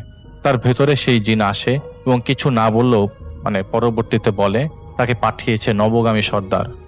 সেই সর্দার একজন হিন্দু, তাদের সাথে আরো কিছু জিন আছে এবং সেই জিন আনফাসি নামক একজন জিন তার এই পাপের কারণে তাকে শাস্তি দিয়ে যাচ্ছে। যারা যেতে চাচ্ছিল, তবে তাকে লাশের খাটিয়াতে করে নিয়ে যেতে চাচ্ছিল, কোনোভাবেই তাকে ছেড়া যাবে না তারা, কিন্তু তাদেরকে আশ্বস্ত করা হয় তিনি যদি আল্লাহর রাস্তায় হাঁটে এবং তাকে সে যদি ভালো হয়ে যান এবং তিনি যদি সব দায়িত্ব নেন, সে অন্তঃসত্ত্বা মানুষের মায়ের সেই বাচ্চাটা, আরেকজন একটা ছেলে ছিল, তার জন্য সব দায়িত্ব নেওয়া হয় এবং সে যদি প্রায়শ্চিত্ত করে তাহলেই তাকে ছাড়া সম্ভব হবে। তো তারা শর্ত দেয় 6 মাসের মধ্যে, তারা 6 মাস দেখবে তারা এই অবস্থায় এবং 6 মাস তারা তার সাথে থাকবে। যদি দেখে যে তিনি ভালো হচ্ছেন তবে তার কাছ থেকে তারা আস্তে আস্তে সরে যাবে। যদি দেখেন তিনি আগের মতোই আছে তাহলে তাকে তারা কষ্ট দিয়ে যাবেন এবং এরা মীমাংসা হয়ে যায় একটা সময় 6 মাসের মধ্যে। এবং রেফাত ভাই সেই গ্রামে যায় তার সাথে দেখা করতে। 6 মাস পর তিনি গ্রামের সালিশ এবং আর কোনো ধরনের বিচার করতে যেতেন না। তিনি থাকতেন সারাক্ষণ নামাজ পড়তেন এবং এতটাই নিমগ্ন হয়ে গেছিলেন যে তাকে দেখলে আর বুঝাই যাচ্ছিল না যে এই লোকটা একটা সমাজ বিমুখী ছিল। তাকে জিজ্ঞেস করলে তিনি বলেন যে আসুক, এখন যদি কোনো খারাপ কিছু আসে আমি আর ভয় পাই না। লাশের খাটিয়াতেই না হলে বসলাম। তিনি এমন কিছু ফেস করেন নাই, এমন কিছু আর তিনি দেখেন নাই। তো 1998 সালের পরে এরপরে কোনো যোগাযোগ হয় না, কিন্তু ওই বাড়ির আশেপাশে তিনি কয়েকবার গিয়েছিলেন। 2015 সালে ওই এলাকার একজন লোক তাকে জানিয়েছিল যে তিনি ওই শহীদ সাহেব মারা গেছেন। তখন তার বয়স হচ্ছে 71 বছর বয়স। আসসালামু আলাইকুম রাসেল ভাই, আশা করছি আপনি ভালো আছেন। রাসেল ভাই, আমি শাকিল আহমেদ লালমনিরহাট জেলা থেকে আপনাকে ঘটনা পাঠাচ্ছি। আর আজকে আমি যেই ঘটনাটি শেয়ার করব, এই ঘটনাটা একজন অভিজ্ঞ রেলওয়ে লোকশিট কর্মচারীর অভিজ্ঞতা। ঘটনাটি বহু বছর আগের হলেও ঘটনাটি যদি আপনি শোনেন তাহলে রাসেল ভাই বুঝতে পারবেন। যারা রেলওয়ের সঙ্গে জড়িত তারা জানেন যে রাতের বেলায় লোকশেড কতটা নিঃসঙ্গ আর কতটা ভৌতিক হতে পারে। আর আজকে আমি যেই ঘটনাটি বলছি রাসেল ভাই, এই ঘটনা রাজশাহীর কাছাকাছি একটা পুরনো লোকশেডের ঘটনা। সেই সময়ে আমি যার কাছ থেকে ঘটনাটা সংগ্রহ করি তিনি ওইখানকার একটা নাইট ডিউটিতে কাজ করতেন আর কি। তার নাম সাইফুল ইসলাম। তো ঘটনাটা আমি ঠিক তার মতো করেই বলছি। লোকোশিটের কাজ ছিল পুরনো ইঞ্জিন মেরামত করা, কিছু ইঞ্জিন অস্থায়ীভাবে রাখা আর রাতের নিরাপত্তা নিশ্চিত করা। দিনের বেলা জায়গাটা স্বাভাবিক মনে হলেও রাত নামার পর পুরো পরিবেশটা ধীরে ধীরেই বদলে যেত। বিশাল লোহার কাঠামো, অন্ধকারে দাঁড়িয়ে থাকা ইঞ্জিনগুলো, মরিচা ধরা চাকা, খালি রেল লাইনের ওপর বাতাসের শব্দ, সব মিলিয়ে জায়গাটা এমন একটা অস্থিতিকর পরিবেশ ছিল যা বলার বাইরে। কিন্তু ওই লোকশিটে একটা ইঞ্জিন ছিল, যে ইঞ্জিনটার কথা সবাই বলতো। ইঞ্জিনটার 7 নম্বর লাইনের শেষ মাথায় দাঁড়িয়ে থাকা একটি ডিজেল চালিত ইঞ্জিন। প্রায় 3 বছর আগে একটি দুর্ঘটনার পর সেটি একদম অকেজো হয়ে যায়, সেটাকে আর ব্যবহার করা যায় না বা ব্যবহার করাও হয় না। শোনা যেত যে সেই দুর্ঘটনায় চালক আর সহকারী চালক দুজনেই মারা গিয়েছিল এবং বেশ কিছু যাত্রীও জ্ঞান হারিয়েছিল এবং বেশ কিছু যাত্রী নিহত হয়েছিল। এরপর থেকে ইঞ্জিনটা আর চালু করা হয়নি। ইঞ্জিনটাতে তেমন কিছুই ছিল না, শুধুমাত্র ফাঁকা একটা ইঞ্জিন পড়েছিল। দিন যায়, মাস যায়, বছর যায়, কেউ সেটাকে ছুঁয়েও দেখতো না। অনেক কর্মচারী বলতো রাতে নাকি ওই ইঞ্জিনের কেবিনে আলো দেখা যায়। কেউ কেউ আবার বলতো ভিতরে মানুষের ছায়ার মতো কিছু লড়তো। আবার কেউ কেউ বলতো ওগুলা হচ্ছে ছেলেপেলে, এলাকার ছেলেপেলে ওখানে যাইতো, এই জন্য রাত্রের বেলা ওখানে বিড়ি সিগারেট খায়। অনেকেই অনেক রকমের কথা বলতো, কিন্তু আমি নতুন সেখানে ছিলাম, জয়েন করছি নতুন, আমার কাছে এই সবই একদমই বিশ্বাস হতো না। আমিও মনে মনে ভাবছিলাম হয়তো এলাকার ছেলেপেলে ওখানে যাইতো, নির্জন একটা জায়গায়, ওখানে গিয়া তো রাতের বেলা ছেলেরা যেই দিকে যায় আর কি। তো একটাতে আমার ডিউটি পড়ে একদমই একা, কারণ আমি সবসময় বলতাম যে আমি এইসব কিছুতে ভয় পাই না। তো সবাই আমার ওপর বিশ্বাস করে সাহসী ভেবে সেই রাতে একা আমাকে ডিউটি দেয়। রাত তখন প্রায় 2টা বাজে। লোকশিডের অন্য অংশে যা ছিল তা অনেক দূরে। আমি রাউন্ড দিতে বের হই, হাতে একটা টর্চ লাইট, ড্রেস পরা এবং আমার হাতে ছিল একটা শক্তিশালী লোহার দণ্ড। এক এক করে সব লাইট চেক দিচ্ছিলাম, আর লাইনের উপর ওই যে আমার হাতে যে লাঠিটা ছিল, লাঠিটা দিয়ে টুংটাং করে শব্দ করছিলাম আর কি। তো দেখতে দেখতে দেখতে দেখতে হঠাৎ করে আমি 7 নম্বর লাইনের দিকে তাকিয়ে দেখলাম, আমার মনে হলো যে কেবিনের ভিতরে কোনো একটা আলো জ্বলছে, খুবই মৃদু আলো, মনে হচ্ছে যে মোমবাতির আলো হবে। যেন আলোটা এমন একটা অবস্থা, স্থির হয়ে আছে, নিবু নিবু আলো এরকম আর কি। আমি বেশ অবাক হয়ে দাঁড়িয়ে গেলাম যে কিরে বাপ, এই ইঞ্জিন তো প্রায় 3-4 বছর থেকে বদ্ধ আছে, এই ইঞ্জিনে আবার আলো আসলো কোথা থেকে? আরে এই ইঞ্জিনে তো বিদ্যুৎ সংযোগও তো ছিল না। নিজেকে বোঝালাম হয়তো বাইরের কেউ আসবে বা বাইরের কোনো আলো হয়তো প্রতিফলিত হচ্ছে হয়তো, কিন্তু আমি স্পষ্টভাবে দেখলাম কয়েক সেকেন্ড পর সেই আলোটা একটু নড়ে গেল, এক পাশ থেকে অন্য পাশে আলোটা চলে গেল। মানে মনে হচ্ছে আলোটা যেন হাঁটছে বা আলোটার স্থান পরিবর্তন হচ্ছে, বা কেউ একটা আলোটা নিয়ে অন্য জায়গায় চলে গেল। আমার বুকটা ধপ করে উঠল, মনে হলো যে এখানে কি সত্যি কেউ আছে? জিনভূতের ভয় না রাসেল ভাই, সেখানে মানে ভয়টা এরকম ছিল যে কোনো ডাকাত বা কোনো সন্ত্রাসী আছে কিনা। তারপরেও নিজের ভিতর অনেক সাহস নিয়ে সামনের দিকে এগিয়ে গেলাম। সে ইঞ্জিনের কাছাকাছি পৌঁছে দেখি কেবিনের ভিতরে সত্যিই একজন লোক বসে আছে, চালকের সিটে একদম বসে আছে। নিজেকে একটু সান্ত্বনা দিলাম যে হয়তো কোনো পাগল বা কোনো মাতাল টাইপের কেউ একজন হয়তো এই চালকের সিটে বসে আছে। কিন্তু তার বছর অঙ্গভঙ্গিটা আমার কাছে বেশ একটু ভাবনা নিয়ে ওঠে, কারণ পাগল হলে তো একটু ছড়াছিটাভাবে বসতো, কিন্তু না, সে একদম মাথা নিচু করে স্থিরভাবে বসে আছে। আমার মাঝে মধ্যে মনে হচ্ছে যে এটা ডাকাত, আবার কোনো সময় মনে হচ্ছে যে এটা চোর, আবার কখনো মনে হচ্ছে যে না, এটা পাগলেই হবে। এরপর আমি লাইট ওইদিকে জ্বালিয়ে খুব জোরে চিৎকার করে বললাম, ওখানে কে আছো? কোনো উত্তর আসলো না। ওই যে লোকটা যে সেখানে ছিল সেই লোকটা একটু নড়লও না। আমি ঠিক বুঝলাম যে হয়তো আমার শব্দ তার কাছে যাচ্ছে না। আমি আরও একটু কাছে গেলাম, আর তখনই বুঝলাম কিছু একটা ভুল আছে এখানে। দেখলাম যে ওই লোকটার গায়ে পুরনো রেলওয়ে ইউনিফর্ম পরা আছে, যে ধরনের ইউনিফর্ম বহু বছর আগে ব্যবহার করা হতো, মানে পুরনো দিনের রেল লাইনের যেই রেল কর্মীদের যে ইউনিফর্ম থাকে সেই রকম একটা ইউনিফর্ম। আমার শরীরে একদমই ঠান্ডা হয়ে যায়। আমি ভাবলাম যে এই পোশাক পরে এখানে কেউ আছে, মানে নিজের কাছে এখন ওই ভৌতিক বিষয়গুলোর ওপর একটা মানে বিশ্বাস চলে আসতে শুরু করে যে কিরে, এটা তো চোর হবে না, চোর হলে তো অন্য পোশাক থাকতো, এটা তো ডাকাত হবে না, ডাকাত হলে তো অন্য পোশাক থাকতো, কিন্তু এটা রেলওয়ের ইউনিফর্ম। আমি অবাক হলাম এবং আবার ডাকলাম, কে ওখানে, কে আছেন? প্লিজ আপনার পরিচয় দেন। এবার ধীরে ধীরে লোকটা মাথা তুলল, আর তখন আমার বুকের ভিতরটা যেন একদমই থমকে গেল, কারণ তার মুখের এক পাশ ছিল না বলতে তার মুখের এক পাশে কোনো গোশতই নেই। মনে হচ্ছে এক পাশটা কঙ্কাল আর এক পাশটা ভয়ানক কোনো মানুষের দৃশ্য। মনে হচ্ছিল ভয়ঙ্কর কোনো দুর্ঘটনার মুখে থেতলে গেছে তার বাকিটা মুখের অংশ। একটা চোখ নেই, গাল ছিঁড়ে গেছে, একটা অংশে কোনো গোশতই নাই। আর সেই অবস্থাতে সে আমার দিকে তাকিয়ে আছে। আমি পিছনে সরে যাই, এক পা দুপা করে পিছনের দিকে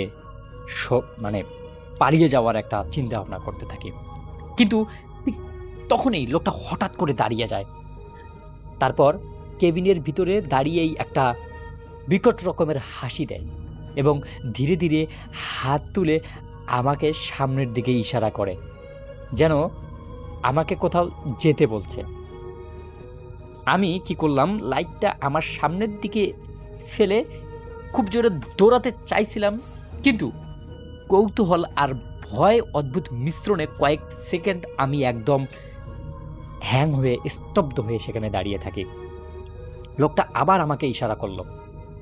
এবার ইশারাটা করলো এই টাইপের যে 7 নম্বর লাইনের শেষ মাথার দিকে একটা ইশারা করলো আমাকে। সেখানে একটা বদ্ধ ওয়ার্কশপ ছিল, আমি এইটা আগের থেকে জানতাম, কিন্তু পর মুহূর্তে দেখলাম যে যখনই আমি 7 নম্বর লাইনের শেষ মাথার দিকে তাকালাম, ঠিক তখনই দেখলাম যে একদম কেবিনটা ফাঁকা, কোনো লোক নেই, কোনো কিছুই নেই। আমি যেখানে দাঁড়িয়েই আছি, কিন্তু আমার সামনে যেই ছায়াটা ছিল বা যেই মানুষটা ছিল, সেই মানুষটা যে আমাকে 7 নম্বর লাইনের শেষ দিকে দেখতে বলল, কিছুই নেই। আমি বেশ খানিকটা অবাক হয়ে যাই যে এটা কি হলো আমার সাথে।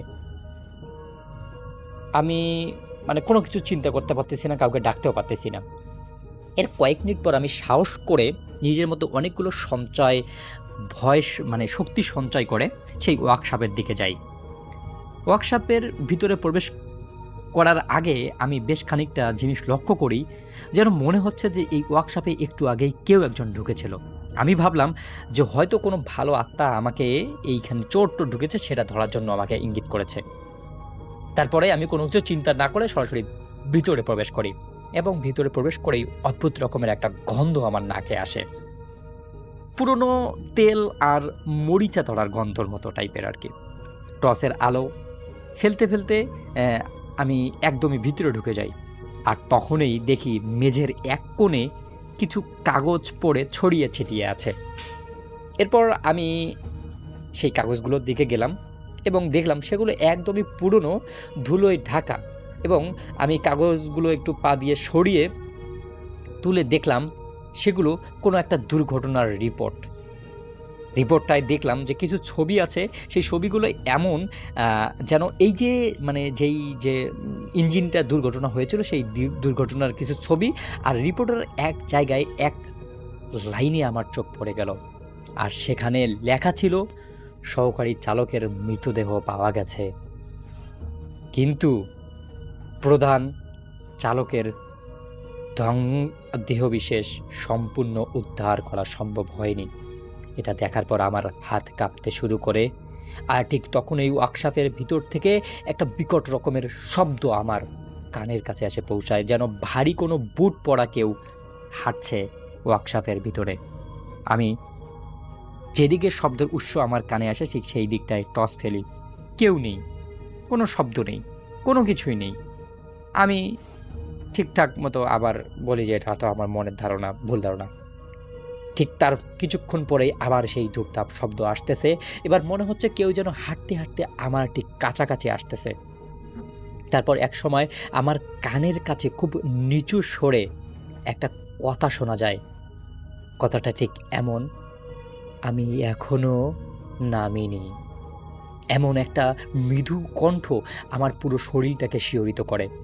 আমি আর এক মুহূর্ত সেখানে থাকিনি, প্রাণপণে সেই ওয়ার্কশপ থেকে দৌড়ে লোকশিদের মূল অফিসে চলে আসি এবং সেই অফিসে থাকা একটা পানির বোতল, প্রায় 1 লিটার 2 লিটার পানির বোতল আমি এক চুমুকেই শেষ করে ফেলি। আমি সেটা পরের দিন ভেবে আমি খুবই অবাক হই যে আমি কিভাবে এতগুলো পানি একবারে খেলাম। তারপর দিন সকালে সাহস করে আমি কয়েকজন পুরনো কর্মচারীকে আমার গত রাতের ঘটনাটা খুলে বলি। সব শুনে একজন বৃদ্ধ, অনেক বৃদ্ধ, ওনার চাকরি আর 1-1.5 মাস আছে, উনি বলেন, তুই যা দেখেছিস তা বর্ণনা ঠিক ওই চালকের মতো। আমি জিজ্ঞাসা করলাম, তাহলে আমি কি ওই চালককে দেখেছিলাম? বৃদ্ধ লোকটা শুধু একটা কথা বলছিল, ঘটনার পর সবাই বলতো সে শেষ মুহূর্তে পর্যন্ত ব্রেক ধরে বসেছিল। হয়তো আজও সে মনে করে তার ট্রেনটা এখনো থামেনি, বা সে মনে করে যে তার কোনো ভুল ছিল না। এরপর আমি আরও কয়েক মাস সেখানে চাকরি করেছি, কিন্তু রাত 2টার পর কোনো দিন সেই 7 নম্বর লাইনের দিকে যাইনি, যতই প্রয়োজন হোক। কারণ অনেক রাতেই দূর থেকে দেখতাম বদ্ধ বিকাল সেই ইঞ্জিনটা কেবিনে একজন লোক বসে আছে, মাথা নিচু করে 2 হাত কন্ট্রোল লিভারের উপর রেখে, যেন এখনও সে অপেক্ষা করছে, যেন এখনও সে প্রস্তুত ট্রেনটাকে চালাতে। রাসেল ভাই, এই ঘটনাটা আমি আমার একজন চাচার কাছ থেকে শুনেছিলাম, তিনি একজন রেল কর্মকর্তা। তো ঘটনাটা আমি আমার মতো করে উপস্থাপন করেছি, যদি ঘটনাটা ভালো লাগে তাহলে শেয়ার করবেন। আসসালামু আলাইকুম প্রিয় লিসেনার্স, আশা করছি আপনারা সবাই ভালো আছেন। প্রিয় লিসেনার্স, এতক্ষণ থেকে আমি আপনাদেরকে বেশ কয়েকটি ভয়ানক ঘটনা শোনানোর চেষ্টা করেছি। এই ঘটনাগুলোর মধ্য থেকে কোন ঘটনাটি, কত মিনিটের ঘটনাটি, কোন সিরিয়ালের ঘটনাটি আপনার কাছে সব থেকে বেশি ভয়ানক বলে মনে হয়েছে, কোন ঘটনাটি শুনে আপনি সত্যিকারের ভয় পেয়েছেন, কোন ঘটনাটি শুনে আপনার কাছে সত্যিকারের মিস্টোরিয়াস লেগেছে বলে মনে হচ্ছে, সেটি কোন ঘটনা অবশ্যই কিন্তু জানিয়ে যাবেন আমাদের কমেন্ট সেকশনে। আর এরকম ভয়ানক ঘটনাগুলো পাওয়ার জন্য কিন্তু অবশ্যই আমাদের চ্যানেলটিকে সাবস্ক্রাইব করতে হবে।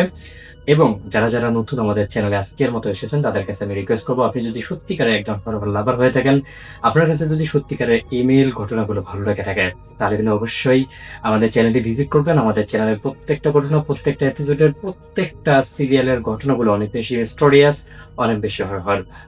আপনারা কিন্তু সেটা আমাদের চ্যানেলে প্রবেশ করলেই দেখতে পারবেন। তো লিসেনার্স, আপনাদের কাছে শেষবারের মতো একটা রিকোয়েস্ট করবো, যারা যারা এখন পর্যন্ত ভিডিওটি দেখতেছেন কিন্তু চ্যানেলটিকে সাবস্ক্রাইব করে রাখেননি, অবশ্যই চ্যানেলটিকে সাবস্ক্রাইব করবেন, পাশে আসা বেল আইকনটি অন করে রাখবেন। আপনাদের কাছে নতুন নতুন ভিডিওগুলো সবার আগে পৌঁছে যাবে যদি আপনারা বেল আইকন নোটিফিকেশনটি অন করে রাখেন। তো লিসেনার্স, আজকের মতো আপনাদের কাছ থেকে বিদায় নিচ্ছি, কিন্তু আগামীকাল আবারও দেখা হচ্ছে আপনাদের সাথে ঠিক রাত 10টার সময় ইনশাআল্লাহ। ততক্ষণ পর্যন্ত ভালো থাকবেন, সুস্থ থাকবেন। আপনাদের সবার মঙ্গল এবং সুস্বাস্থ্য কামনা করছি আমি শাকিল আহমেদ, এবং আপনাদের কাছ থেকে দোয়া এবং ভালোবাসা চেয়ে আজকের মতো বিদায় নিচ্ছি। কিন্তু মনে রাখবেন, আগামীকাল ঠিক রাত 10টার সময় আবারও আপনাদের সঙ্গে দেখা হচ্ছে অনেকগুলো হরর, অনেকগুলো মিস্টোরিয়াস, অনেকগুলো ভয়ানক বাছাই করা সেরা ঘটনা নিয়ে। ততক্ষণ পর্যন্ত সবাই ভালো থাকবেন, নিজেদের খেয়াল রাখবেন, পরিবার পরিজনের খেয়াল রাখবেন। আসসালামু আলাইকুম।